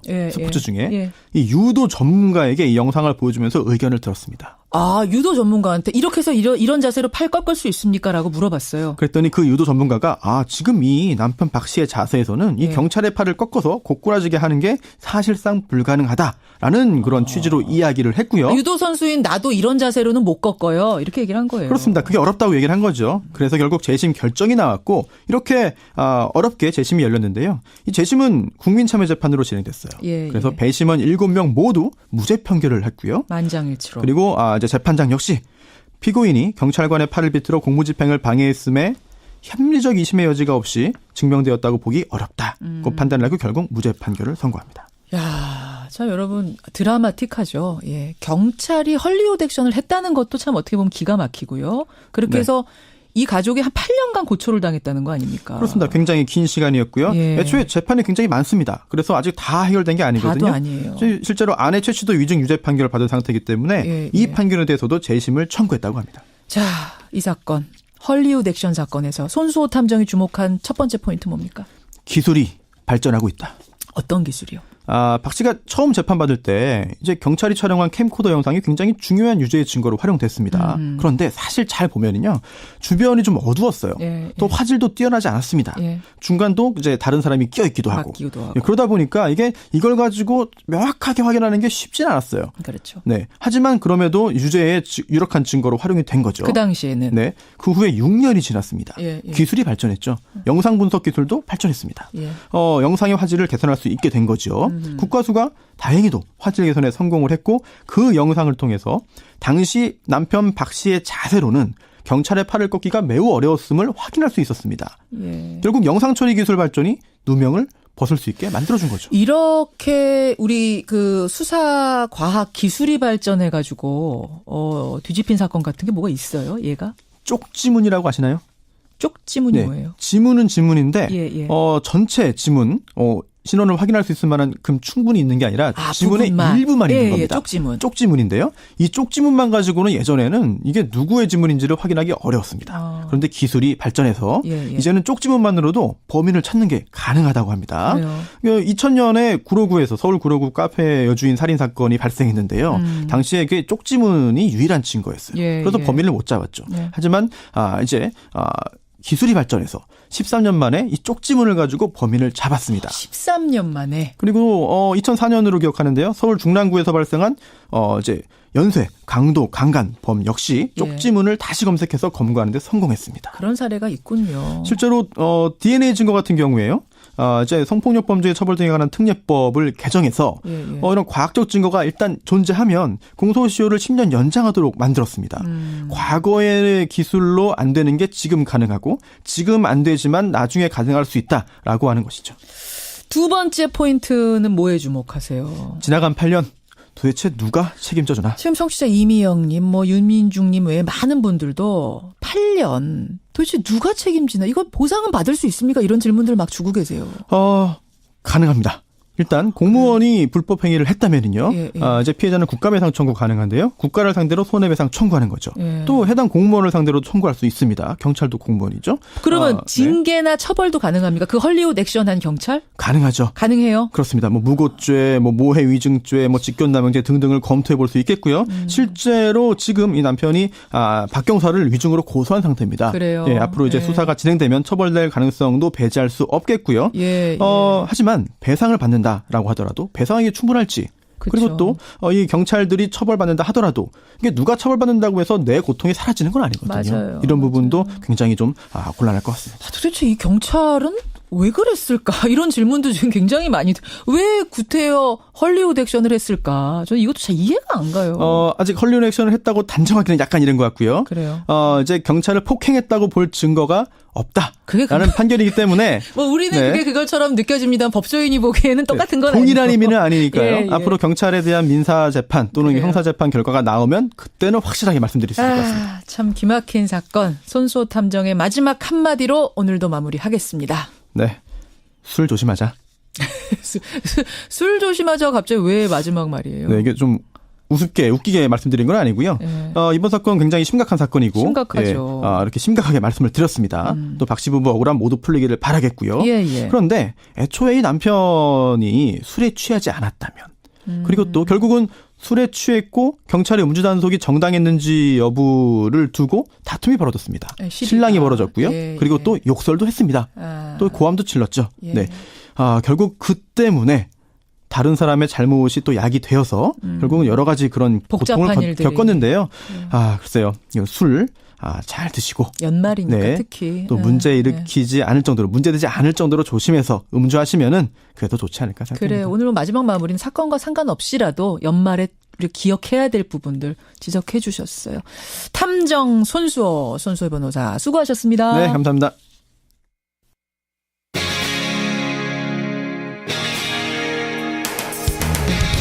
여러분께서는 지금 CBS 라디오 김현정의 뉴스쇼를 함께하고 계십니다.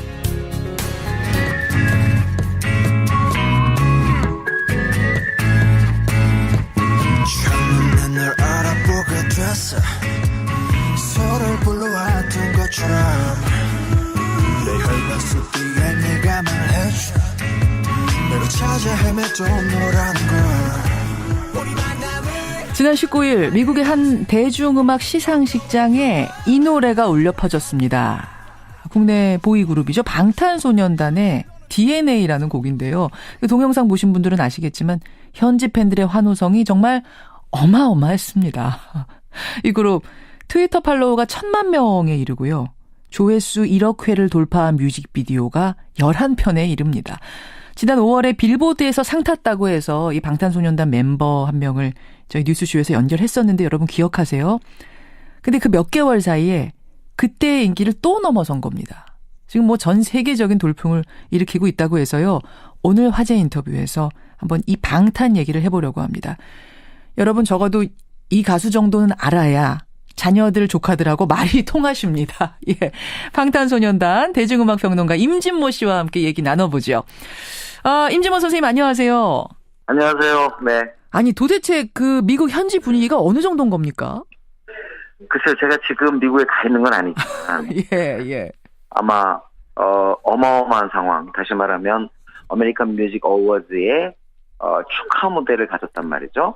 전국적으로 이제 이름이 이제 알려지기 시작했고, 이 얘기는 결국 뭐냐면 이전까지 방탄은 음악을 듣는 K-팝을 사랑하는 사람들 사이에 퍼져 있었죠. 예.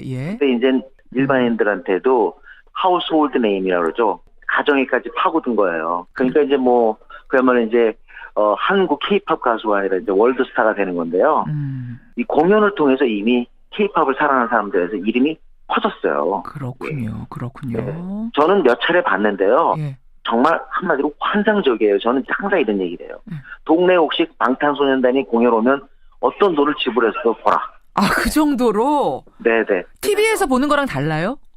TV에서 보는 거 10배라고 생각하시면 돼요. 왜냐하면 현장에서 보면요. 예.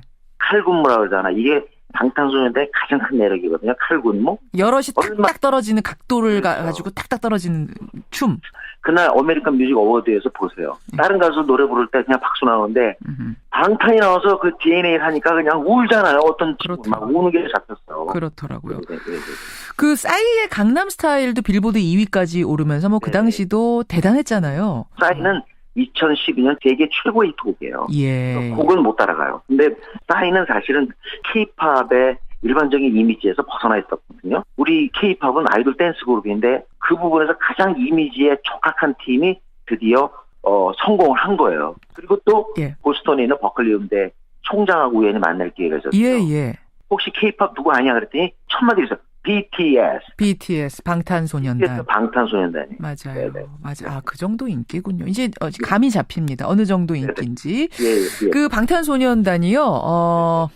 저희랑 5월에 인터뷰를 했어요. 네. 예, 리더. 그 당시 이름은 랩몬스터였고 지금 이름 바꿔가지고 RM이라고 부른다 그러더라고요. 네네. 본인들이 멤버들이 평가하는 인기 비결을 직접 얘기했거든요. 자, 들어보시죠.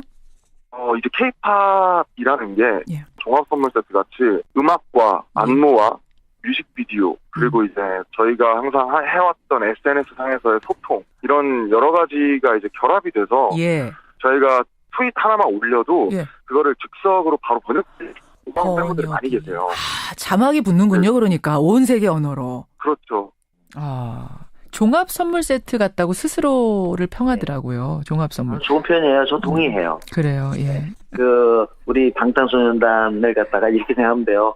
음악계, 아이돌 음악계 또는 아니면 전체 음악계 황야의 7인이다 이렇게 생각합니다. 황야의 7인이다. 7명인데 7명이 다 하나같이 다 독자성과 그리고 매력이 있어요. 그러니까 지민, 비, 정국, 진, 슈가, 제이홉 그리고 랩몬. 랩몬이 리더죠. 근데 이 중에 최소한 반 정도 이상 알면 자식하고 그리고 아래 세대하고 저희가 소통이 되는데 만약에 한 명도 모른다.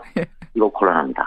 저 자신 있게 반 이상 압니다. 그거 갖다 우리는 선전한다고 그러죠. 이제 얼굴하고 이름 맞추는 단계까지 여기까지 가면 정말 자녀 조카들하고 소통이 원활하게 되는 거잖아요. 저 그거 맞추느라고 거의 한 3개월 걸렸어요. 왜냐면 어떤 때는 빨리빨리 움직이니까 이게 잘 안 붙어요, 이게. 여러분, 이제 그 자녀 혹은 조카 젊은 세대들과 소통하시려면 이 정도는 아셔야 됩니다 해서 오늘 세계적인 그룹으로 떠오른 방탄소년단 이야기를 화제 인터뷰로 골라본 겁니다. 네. 데뷔 5년차 중견그룹이거든요. 네네. 그것도 무슨 뭐라고 해야 되나요? 3대 기획사가 아니죠. 아니죠. 네. 돈을 팍팍 투자하면서 키운 것이 아닌데 자생적으로 컸기 때문에 지금 더 의미가 있는데 거기 자생성을 조금은 인정해 주셔야 되는 게 어떻게 보면 퍼포먼스를 통해서 된 거예요. 그 힘이 누적되고 축적돼서 오늘날 세계적인 존재감을 확보하게 된 겁니다. 그래요. 그럼 이들의 도전 어디까지 갈 거라고 보세요? 제 생각에는 이게 과정이 공연을 통해서 확보한 것이기 때문에 탄탄하게 아주 오래 갈 거라고 생각하고요. 그리고 음악이 좋아요. 노래가요. 가사 잘 보세요. 가사 보면 거의 이 시대를 살아가는 10대, 20대 청춘들 있잖아요. 청춘들에게 무한 용기를 제공하는 것으로 돼 있어요. 그중 곡 중 하나 봐봐요. 고민보다 고. 고민보다 고라는 곡이 있어요. 네, 이게 뭐냐. 고민하지 말고 가. 그냥. 그거거든요. 그래서 봄날 같은 경우도 어떻게 보면 사회적 의식을 갖다 약간은 제공하죠. 피땀 눈물도 그렇죠. 모든 게 우리 청소년 들을 때 그래. 우리 주저하지 말고 일어서 가자. 이거예요. 저는 진짜 이 라디오를 들으시는 분들에게 권합니다. 그냥 뭐 애들이겠지 이렇게 생각하지 마시고요. 제가 지금 권하는 노래 3곡만 들어보세요. 피땀 눈물, 봄날, 고민보다 고. 이 3곡은 들어보세요. 그러면 하고 알 겁니다. 그래요. 이 3곡 정도는 알아두자. 방점을 찍으면서 네. 그 7명 멤버하고 얼굴 맞추기 요거 노력 한번 해보겠습니다. 네네. 오늘 고맙습니다. 네, 감사합니다. 예, 대중음악평론가 임진모 씨였습니다. 서울 지하철 9호선 이용하시는 분들 오늘 9호선 부분 파업 첫날인데요. 원래 9시까지는 정상으로 운행이 되기로 돼 있었는데 차량 고장이 발생했답니다. 그래서 지금 양방향으로 상당히 큰 혼잡이 벌어지고 있다는 거 참고하고 길 떠나셔야겠습니다. 김현정의 뉴스쇼 오늘은 여기까지입니다. 저는 내일 아침 7시 반에 다시 돌아오죠. 고맙습니다.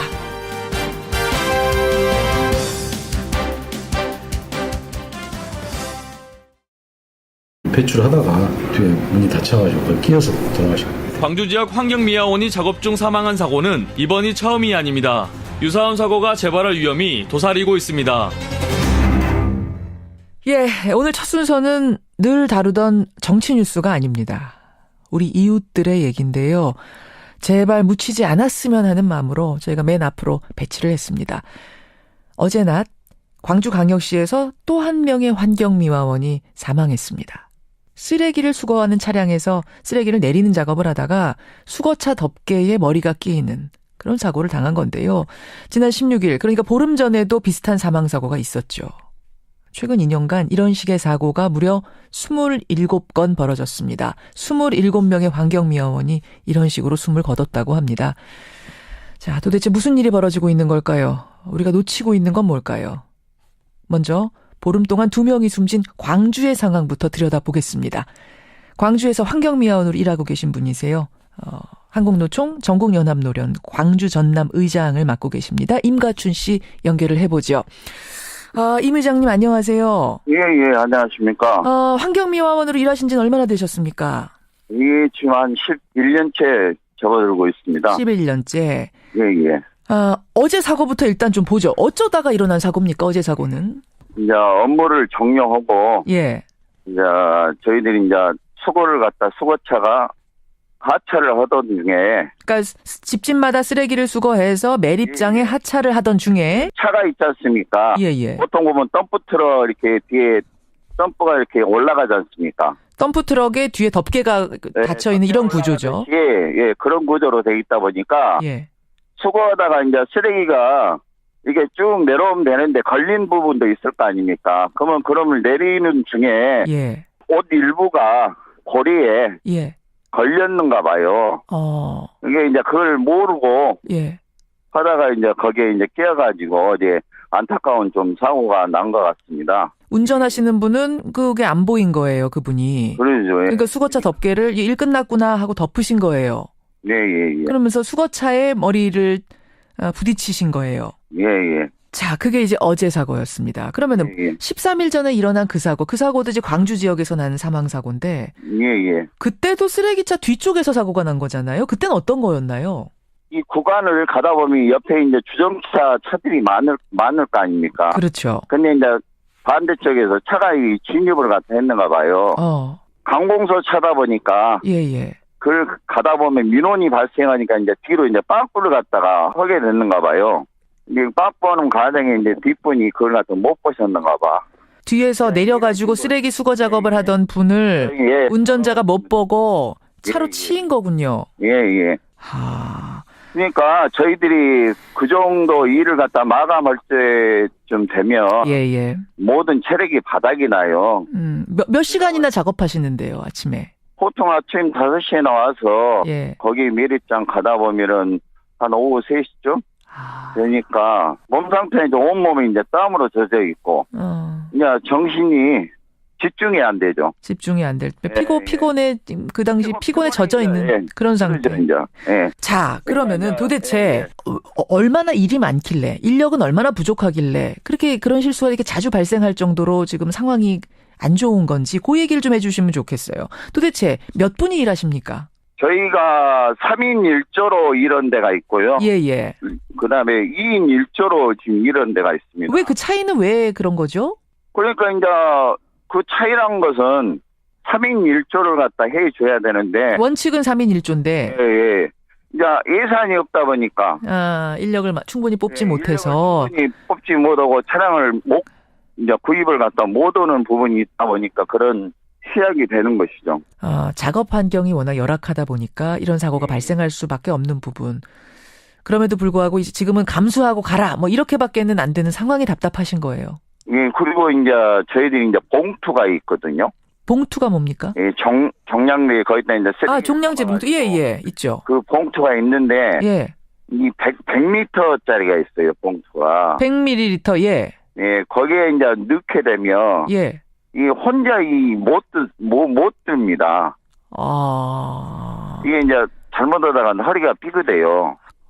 그럴 수 있겠네. 하긴 커다란 그 종량제 봉투로에다가 무거운 걸 꽉꽉 채운다고 여러분 생각해 보세요. 그러면 혼자 그걸 차에 싣고 내리는 게 보통 일은 아니겠어요. 예. 그리고 이제 김현정의 뉴스 쇼.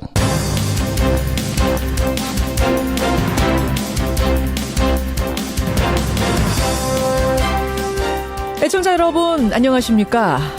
어제 이 시간에는 북한의 미사일 발사 소식을 전해드렸는데 오늘 이 시간에는 그 미사일 때문에 유엔 안보리가 열리고 있다는 소식으로 문을 엽니다. 우리 시각으로 아침 6시경에 시작이 됐습니다. 북한을 규탄하는 의장 성명 또는 언론 성명 정도가 나올 것으로 예상이 됩니다. 하지만 문제는 북한을 제어할 뾰족한 수단은 없다 보니 규탄 성명을 또 낸들 무슨 소용인가. 답답한 이야기가 나오는 게 현실입니다. 간판만 바꾼들 무슨 소용인가. 그동안 중정에서 안기부, 안기부에서 국정원으로 간판을 바꿀 때마다 나온 지적. 그런데 국정원이 또 이름을 바꾼다지요. 대외안보정보원. 대외안보정보원으로 간판을 바꾸고 강도 높은 자체 개혁을 하겠다. 어제 개혁안을 발표했습니다. 부디 간판만 바꾼들 무슨 소용이냐라는 소리가 이번에는 나오지 않도록 단단한 근본 개혁을 기대해봅니다. 목요일 아침 김현정의 뉴스쇼 출발합니다.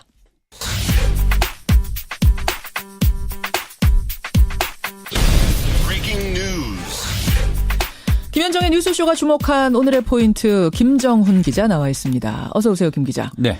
첫 번째 포인트 뭐부터 볼까요? 네, 대북 제재 가용수단의 총동원입니다. 오늘 아침 신문들 쭉 보니까요. 대부분의 일면 제목이 핵무력 완성 선언, 백악관도 사정권에 넣었다. 뭐 이런 것들이더라고요. 네. 추가 대북 제재에 대한 논의가 본격화되고 있는 거죠? 네, 압박 또 제재를 더 강화하겠다는 건데 그런 쪽으로 국제사회 의견이 모아지고 있습니다. 예. 어제 문재인 대통령은요. 대륙간 탄도미사일이 완성된다면 상황이 걷잡을 수 없이 악화될 수 있다. 미국이 선제 타격을 염두에 두는 상황을 막아야 한다. 이렇게 언급했거든요. 예. 넘지 말아야 할 선인 레드라인을 강조한 말이지만 실제로 심각한 국면이 다가올 수 있음을 시사한 것이죠. 어제 우리가 다루겠다 이렇게 말을 했던 트럼프 대통령의 반응이 특히 주목되는데. 우리가 해결할 일 뭐 이렇게 얘기했다면서요. 네.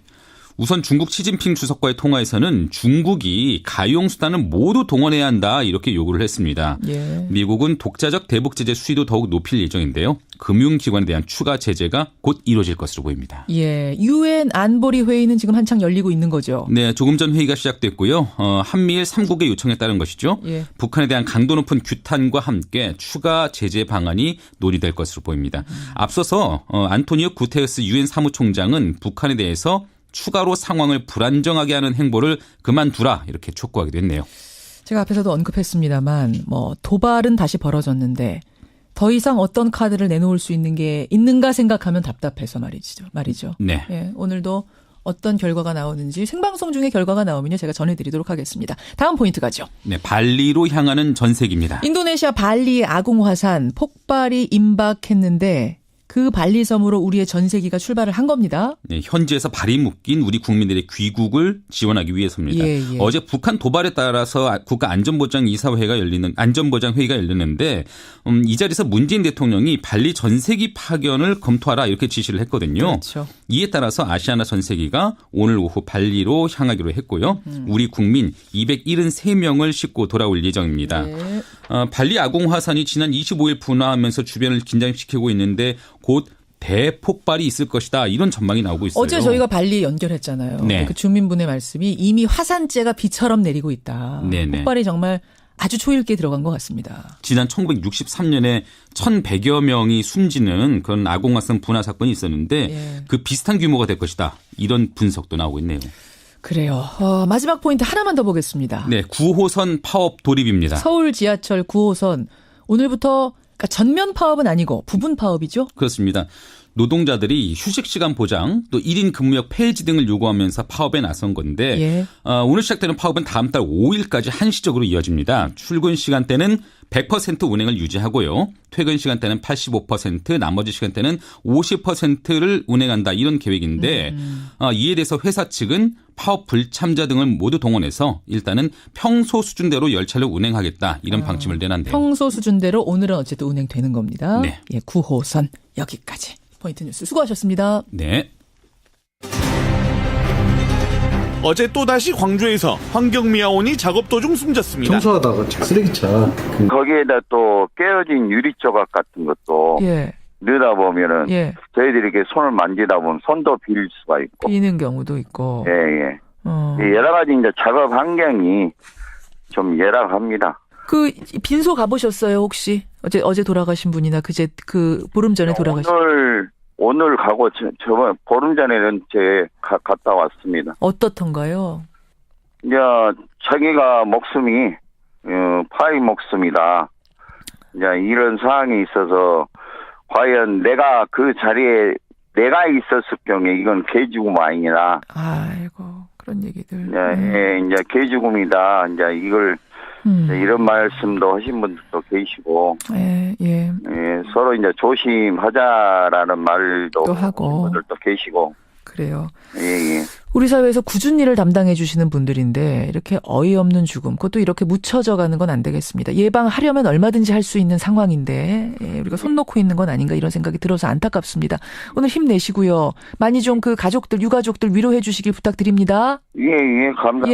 예, 고맙습니다. 수고하십시오. 광주 지역에서 11년째 환경미화원으로 일하고 계시는 분이세요. 전국 연합노련 광주 전남 지역의 의장도 맡고 계십니다. 임가춘 씨를 먼저 연결해봤습니다. 그 환경미화원들의 노동 문제를 꾸준히 제기해온 분이 계셔서요. 이분도 좀 연결하고 가보겠습니다. 광주 근로자건강센터 문길주 사무국장 연결을 해보죠. 문 사무국장님 나와 계세요. 예, 안녕하십니까. 예, 앞선 이 두 건의 사고 언뜻 보면은 운전자의 운전미숙 거기다가 작업자들의 부주의 뭐 이런 게 섞인 게 아닌가 하고 넘기기 쉬운데 어떻게 보고 계세요? 이 사고는 근본적으로 보면 환경미화원 차량이 굉장히 좀 위험합니다. 이번에 일어난 사고도 이물질이 있었는데 이물질을 제거하는 과정에 사고가 일어났는데 이게 뭐 동료들 간의 사인도 안 맞고 그러한 부분에 대한 교육도 철저하게 안 됐고 그런 차량에 대한 위험성 이런 거에 대해서도 노동자들한테 주지가 돼야 됐었는데 아마 이런 것들이 복합적으로 안 돼서 사고가 일어난 것 같습니다. 그러니까 오로지 그 개인, 그 운전자, 그 작업자의 부주의, 개인 탓 이렇게만 몰기에는 지금 여러 가지 여건들이 안 좋다는 말씀을 하신 거예요. 네, 맞습니다. 저는 그렇게 생각합니다. 그렇다면 지금 청취자들 질문도 들어옵니다만 이거 문제가 있다. 이거 좀 개선해달라. 뭐 이런 요구를 문제 제기를 하면 안 되느냐. 크게 환경미화원이 가로환경미화원 생활쓰레기 환경미화원이 있습니다. 가로환경미화원이라면 이제 거리 청소하시는 분들. 예. 생활쓰레기 환경미화원은 쓰레기 수거하시는 분들. 이런 분들이 대부분 이렇게 크게 나눠져 있는데 대부분 가로환경미화원은 구청에서 무기계약직이고 생활쓰레기 환경미화원은 이탁 형태로 돼 있고 이번에 강주에 일어난 두 건 다 사망사고는 이탁업체에서 일어난 사망사고입니다. 그러니까 거리 쓰시는 분들, 거리 청소하시는 분들은 그래도 구청 소속으로 무기계약직이니까 뭐 안정적인 고용이 그래도 보장이 되는 거라면 생활쓰레기 담당하시는 분들은 위탁업체, 용역업체 통해서 고용되는 형태. 네, 맞습니다. 그렇군요. 그러니까 물론 뭐 노조도 결성돼 있고 이렇긴 한다고 합니다만은 강력하게 문제 제기하기는 조금 어려운 구조일 수 있겠네요. 노조가 있는 경우도 있지만 없는 경우가 더 많을 것 같네요. 그래요. 대부분 환경미화원들은 50인 미만, 100인 미만 이런 형태로 구성되어 있기 때문에 우리들이 아는 산업안전보건법의 안전관리자, 보건관리자를 선임할 의무가 없습니다. 법에. 그렇군요. 광주시가 이틀 전에요. 환경미화원 근로환경 개선 대책을 마련하겠다 이렇게 발표를 했습니다. 합동 간담회도 가졌고 나온 내용들을 좀 보니까 작업시간 후에는 편하게 쉬고 식사할 수 있도록 휴식 공간을 확보하겠다. 체육 행사 같은 걸 지원하겠다. 또 매립장, 음식물 자원화 시설을 탄력적으로 운영하겠다. 그리고 대용량 종량제 봉투 100리터짜리 이런 것들은 좀 사용을 자제시키겠다. 왜냐하면 일하실 때 힘드시니까. 예. 안전발판 설치하겠다. 이런 내용들을 발표했는데 어떻게 좀 효과가 있겠습니까? 도움이 되겠습니까? 환경미화원들이 봤었을 때 분명하게 도움은 될 거라고 판단이 됩니다. 예. 이게 제일 중요한 거는 작업발판입니다. 네, 안전발판 이제 맞게 설치해주겠다 이렇게 얘기했거든요. 현행 어쨌든 작업발판을 설치를 하는 것이 불법인데. 아, 그래요? 예.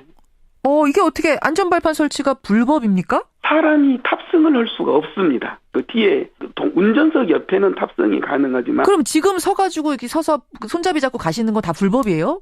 예, 맞습니다. 그것을 경찰이나 구청에서 이걸 사과로 받아들여야 되느냐 말아야 되느냐 가지고 엄청나게 논란이 많았습니다. 송구 분석을 우리가 엄청 했습니다. 네, 맞아요. 송구. 근데 최종적으로 박 전 대통령의 번역기를 한번 돌려보면 내 잘못을 인정하고 싶지 않은 이런 일에 마지못해 내가 사과한다. 네. 뭐 그래서 송구스럽다는 표현을 썼다. 뭐 이렇게 해석을 할 수 있었을 것 같습니다. 죄송스럽다거나 사과드립니다가 아니고 미안합니다가 송구라는 아니고요. 표현을 택했어요. 그러니까 우전수석은 뭐 송구란 표현조차 사용하지 않았고요. 숙명이란 말을 썼습니다. 숙명의 사전적 정의가 뭔지 한번 제가 또 찾아봤어요. 숙명은 뭐예요? 타고날 때부터 타고난 날 때부터 타고난 정해진 운명 또는 피할 수 없는 운명. 아하. 이겁니다. 그러니까 검찰에 4번씩 출두하는 게 내 인생의 정해진 운명이다. 뭐 이런 식의 어떤 생각들을 했던 것 같은데요. 근데 이것도 잘 생각해 본 말이죠. 네. 그러니까 정해진 운명이어서 난 여기 선 거지 내가 잘못해서가 아니다라는 느낌도 그렇죠. 사실 들거든요. 그러니까 우병우 번역기를 제가 또 돌려봤는데요. 당신들이 그렇게 날 잡아놓고 싶어서 안달을 하니 내가 어쩌겠는가. 이 자리에 나올 수밖에 없지. 라고 하는 말의 의미를 담고 있다고 볼 수 있을 것 같습니다. 그냥 이건 정해진 길이어서 난 나온 거야. 이런 의미? 그러니까 반성이나 미안함 이런 뜻의 의미가 전혀 없다는 거죠. 아, 그래요. 숙명. 두 번째 행간은 뭡니까? 두 번째 행간은 광양에 홀로선 투사 같았다입니다. 투사 같았다고 느끼세요? 뭐 레이저도 쏘지 않았고 뭐 한숨도 이번에 또 쉬었고요. 숙명이라는 표현까지 사용했으니까 이젠 좀 달라졌나 이렇게 생각하시는 분들이 있을지 모르겠는데 그게 아닙니다. 숙명 다음에 이런 말을 붙였습니다. 앞서 제가 말씀드렸는데요. 헤쳐나가는 것도 제 몫이라고 생각합니다. 그렇죠. 이게 무슨 뜻일까요? 당신들이 날 포토라인에 세우는 거는 나의 숙명일 수 있지만 나는 꿇굳이 헤쳐나가겠다. 싸워서 이기겠다. 이런 의지의 표현입니다. 투사. 여기서 투사 이미지. 네. 그러니까 우전수석이 검찰 조사를 마치고 나올 때 보도는 아마 거의 보신 분들이 없을 거예요. 오늘 새벽에 나왔으니까요. 어떤 말을 했느냐. 표정이 10개 웃음기를 띠면서 아주 여유로운 표정이었고요. 혐의를 잘 소명했다고 생각한다. 이렇게 얘기했습니다. 혐의를 잘 소명했다고 난 생각한다. 네. 그러니까 숙명이면 받아들이고 잘 헤쳐나가겠다고 한 대로 나는 잘 대처했다. 이런 얘기입니다. 그래요. 그러니까 우전수석은 실제로 검찰 조사에서 불법 사찰 혐의에 대해서 강하게 부인한 것으로 알려지고 있고요. 불법 사찰을 한 혐의로 현재 구속 중인 추명호 전 국정원 국장과 통화를 한 부분에 대해서도 상세한 내용을 얘기하지 않으면서 잘 기억나지 않는다고 말했다고 합니다. 그러면 이걸 뭐 녹음을 해놓은 게 있지 않은 한 뭔가 써놓지 않는 한 이게 과연 불법 사찰을 지시했다는 부분을 어떻게 입증할 수 있을까? 좀 지금 그래서 옅게 웃은 게 아닌가 이런 생각이 들어요. 우전수석한테 지시받은 사람, 같이 불법 사찰을 한 사람들이 다 우전수석과 나는 그걸 공모관계라고 얘기를 하고 있습니다. 그러니까 말은 진술은 있습니다만 뭐 그 외의 증거들은 지금 불충분한 상황이라 옅게 웃은 게 아닌가 뭐 이런 생각이 들긴 하는데 마지막 행간으로는 뭘 보셨어요? 마지막 세 번째 행간은 이번이 진짜 마지막일 수 있다입니다. 이번이? 예. 이번 네 번째 포토라인이? 아니요. 포토라인뿐만 아니라 검찰이 이번에 영장을 다시 또 청구할 가능성이 굉장히 높습니다. 이번에는 영장을 과연 영장의 기각이 될지 안 될지 이걸 좀 우리가 지켜봐야 되는데요. 검찰 입장에서 더 적용하고 싶어도 적용할 혐의가 별로 없어요. 처가회사 정강 탈세 문제로 처음에 이제 조사받았죠. 그다음에 국정농단 방조 혐의로 2차례 소환 조사받았습니다. 그리고 이번에 불법 사찰까지. 더 적용할 혐의가 없습니다. 이번에 만약에 영장이 기각되면 검찰과 우병우 전 수석의 싸움에서 검찰이 완패하게 될 수도 있습니다. 이번이 어쨌든 어떤 결론이든 마지막이 될 가능성이 높다까지 행간. 수고하셨습니다. 네, 고맙습니다. 무쇠바람님, 저는 서울 사는데요. 쓰레기 환경미화원 혼자 쓰레기를 운전하고 내려서 치우는 장면을 보기도 했습니다. 2인 1조가 아니라 혼자 다니시는 분까지 있다고요. 예. 2부로 가겠습니다. 2부 이재명, 남경필 두 분의 토론 준비되어 있습니다.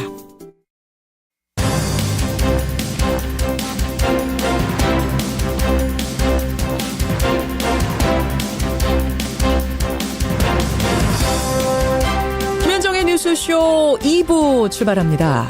오늘 2부에서는요. 아직 시작을 안 했습니다만 벌써 여러분들의 문자가 뜨겁게 들어오고 뜨거울 것으로 예상이 되는 토론이 하나 준비가 되어 있습니다. 지방선거를 6개월 앞두고요. 경기지사 출사표를 던진 두 분이 있죠. 바로 남경필 경기지사와 이재명 성남시장. 공교롭게도 여러 가지 이슈에서 이분들이 부딪히고 있습니다. 다른 입장을 내고 있습니다. 오늘 이 자리에서 두 분을 한 번에 모셔봅니다. 예. 단속을 못 오고 있는 이런 상황이 현실적으로 그렇게 서서 붙잡고 가다가 쓰레기 넣는 식으로 하지 않으면 시간 안에 다 마칠 수 없다는 걸 현실적으로 알기 때문에 눈 감아주는 것뿐이지 원래는 불법이군요. 네, 맞습니다. 그렇군요. 그러면 지금 안전발판 설치라는 대안을 내긴 했지만 이게 법의 테두리 안에서 할 수 있는 대안이 아니란 얘기네요. 네, 맞습니다. 그래서 저희들은 정부가 어쨌든 환경미화원이 이렇게 힘들어오고 있는데 환경미화원 차량을 외국처럼 선진국처럼 예. 좀 현실에 맞게. 이게 우리나라 환경미화원 차량은 거의 5톤 차량입니다. 그러니까 골목길이나 이런 데는 들어가지 못합니다. 그러니까 환경미화원들이 손수레로 끌어서 높은 데까지 리아커 이런 거 있다가 싣고 손수레에다가 내려오는 이런 과정이 반복되고 있습니다. 그래서 우리 현실에 맞는 환경미화원 청소 차량이 개발이 되고 좀 편안하게 일을 할 수 있는 이런 구조를 해야 되는데 쓰레기 봉낭태를 좀 줄인다. 이렇게 지금 대책이 만들어지고 있어서 좀 더 큰 근로조건이나 안전사고 예방에 대한 머리가 이렇게 좀 저희들이 서로 함께 나눠야 될 것 같습니다. 지금은 아주 이제 당장 할 수 있는 것들, 근시안적인 대책만 나왔다면 장기적인 대책, 보다 근본적인 대책은 따로 또 마련돼야 될 거다. 이거 촉구하시는 거예요. 네, 맞습니다. 예. 이대로 그냥 간다면 이런 사고 뭐 또 일어날 수밖에 없겠네요. 말씀 들어보니. 또 일어날 수밖에 없습니다. 이거는 강주 환경미화원뿐만 아니라 우리나라의 전체 3만 5천 명이라는 환경미화원들이 다 위험에 노출되어 있고 바로 제안을 하자면 정부나 지자체에서 바로 환경미화원들에 대해 실태점검을 안전점검이나 실태점검을 한번 들어갔으면 좋겠습니다. 그래서 위험 요소를 찾아내고 그 위험 요소를 하나씩 개선해야만 환경미화원들이 더 이상 죽음의 행렬을 멈출 수가 있을 것 같습니다. 여기까지 오늘 말씀 듣겠습니다. 고맙습니다. 네, 감사합니다. 광주 근로자건강센터 문길주 사무국장이었습니다.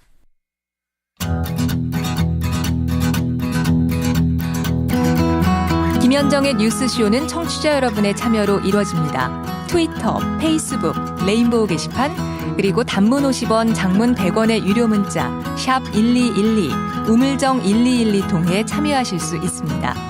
김현정의 뉴스쇼, 여러분과 함께 만듭니다. 김성환의 행간 시사평론가 김성환 씨 나와 계십니다. 어서 오십시오. 네, 안녕하세요. 오늘 행간에서 무슨 얘기를 좀 나눠볼까요? 이른바 법꾸라지로 불렸던 우병우 전 민정수석. 어제 다시 검찰 소환 조사를 받았습니다. 그랬죠. 어제 오전 10시 무렵에 검찰 청사에 나왔는데요.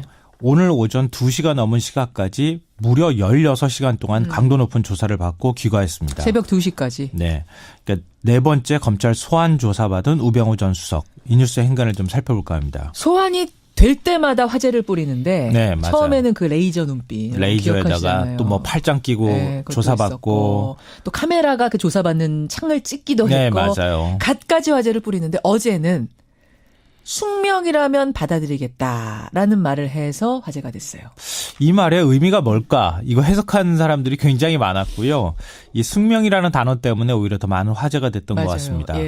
그러니까 정확하게는 어제 오전 9시 40분에 검찰 청사에 나타났는데요. 한 기자가 네 번째 소환인데 심경 한 말씀 부탁드립니다. 이렇게 물었습니다. 혹시 또 레이저 눈빛 나오는 거 아니야? 이렇게 생각을 했는데 약간 좀 힘이 빠진 모습으로 시선을 잠시 땅으로 떨군 뒤에 고개를 들면서 이렇게 얘기했습니다. 지난 1년 사이에 포토라인에 네 번째 섰습니다.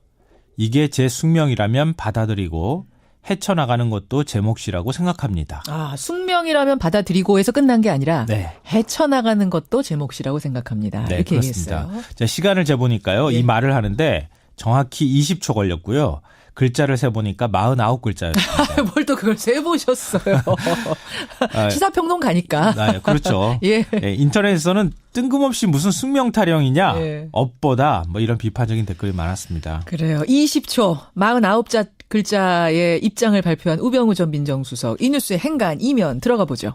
첫 번째 행간은 박근혜 전 대통령의 8초 29글자 메시지보다 훨씬 더 실망스러웠다입니다. 기억납니다. 그때는 8초였어요. 네, 8초. 맞아요. 단 8초 입장을 발표했느냐 이런 비판이 있었는데요. 뭐였죠? 그때 멘트가? 지난 3월 21일이었었죠. 박 전 대통령이 서울중앙지검 포토라인에 예. 처음 섰죠. 국민 여러분께 송구스럽게 생각합니다. 성실하게 조사에 임하겠습니다. 딱 이거였습니다. 맞아요. 예. 이게 딱 29글자였었는데요. 이때 송구란 말의 사전적 의미가 뭐냐?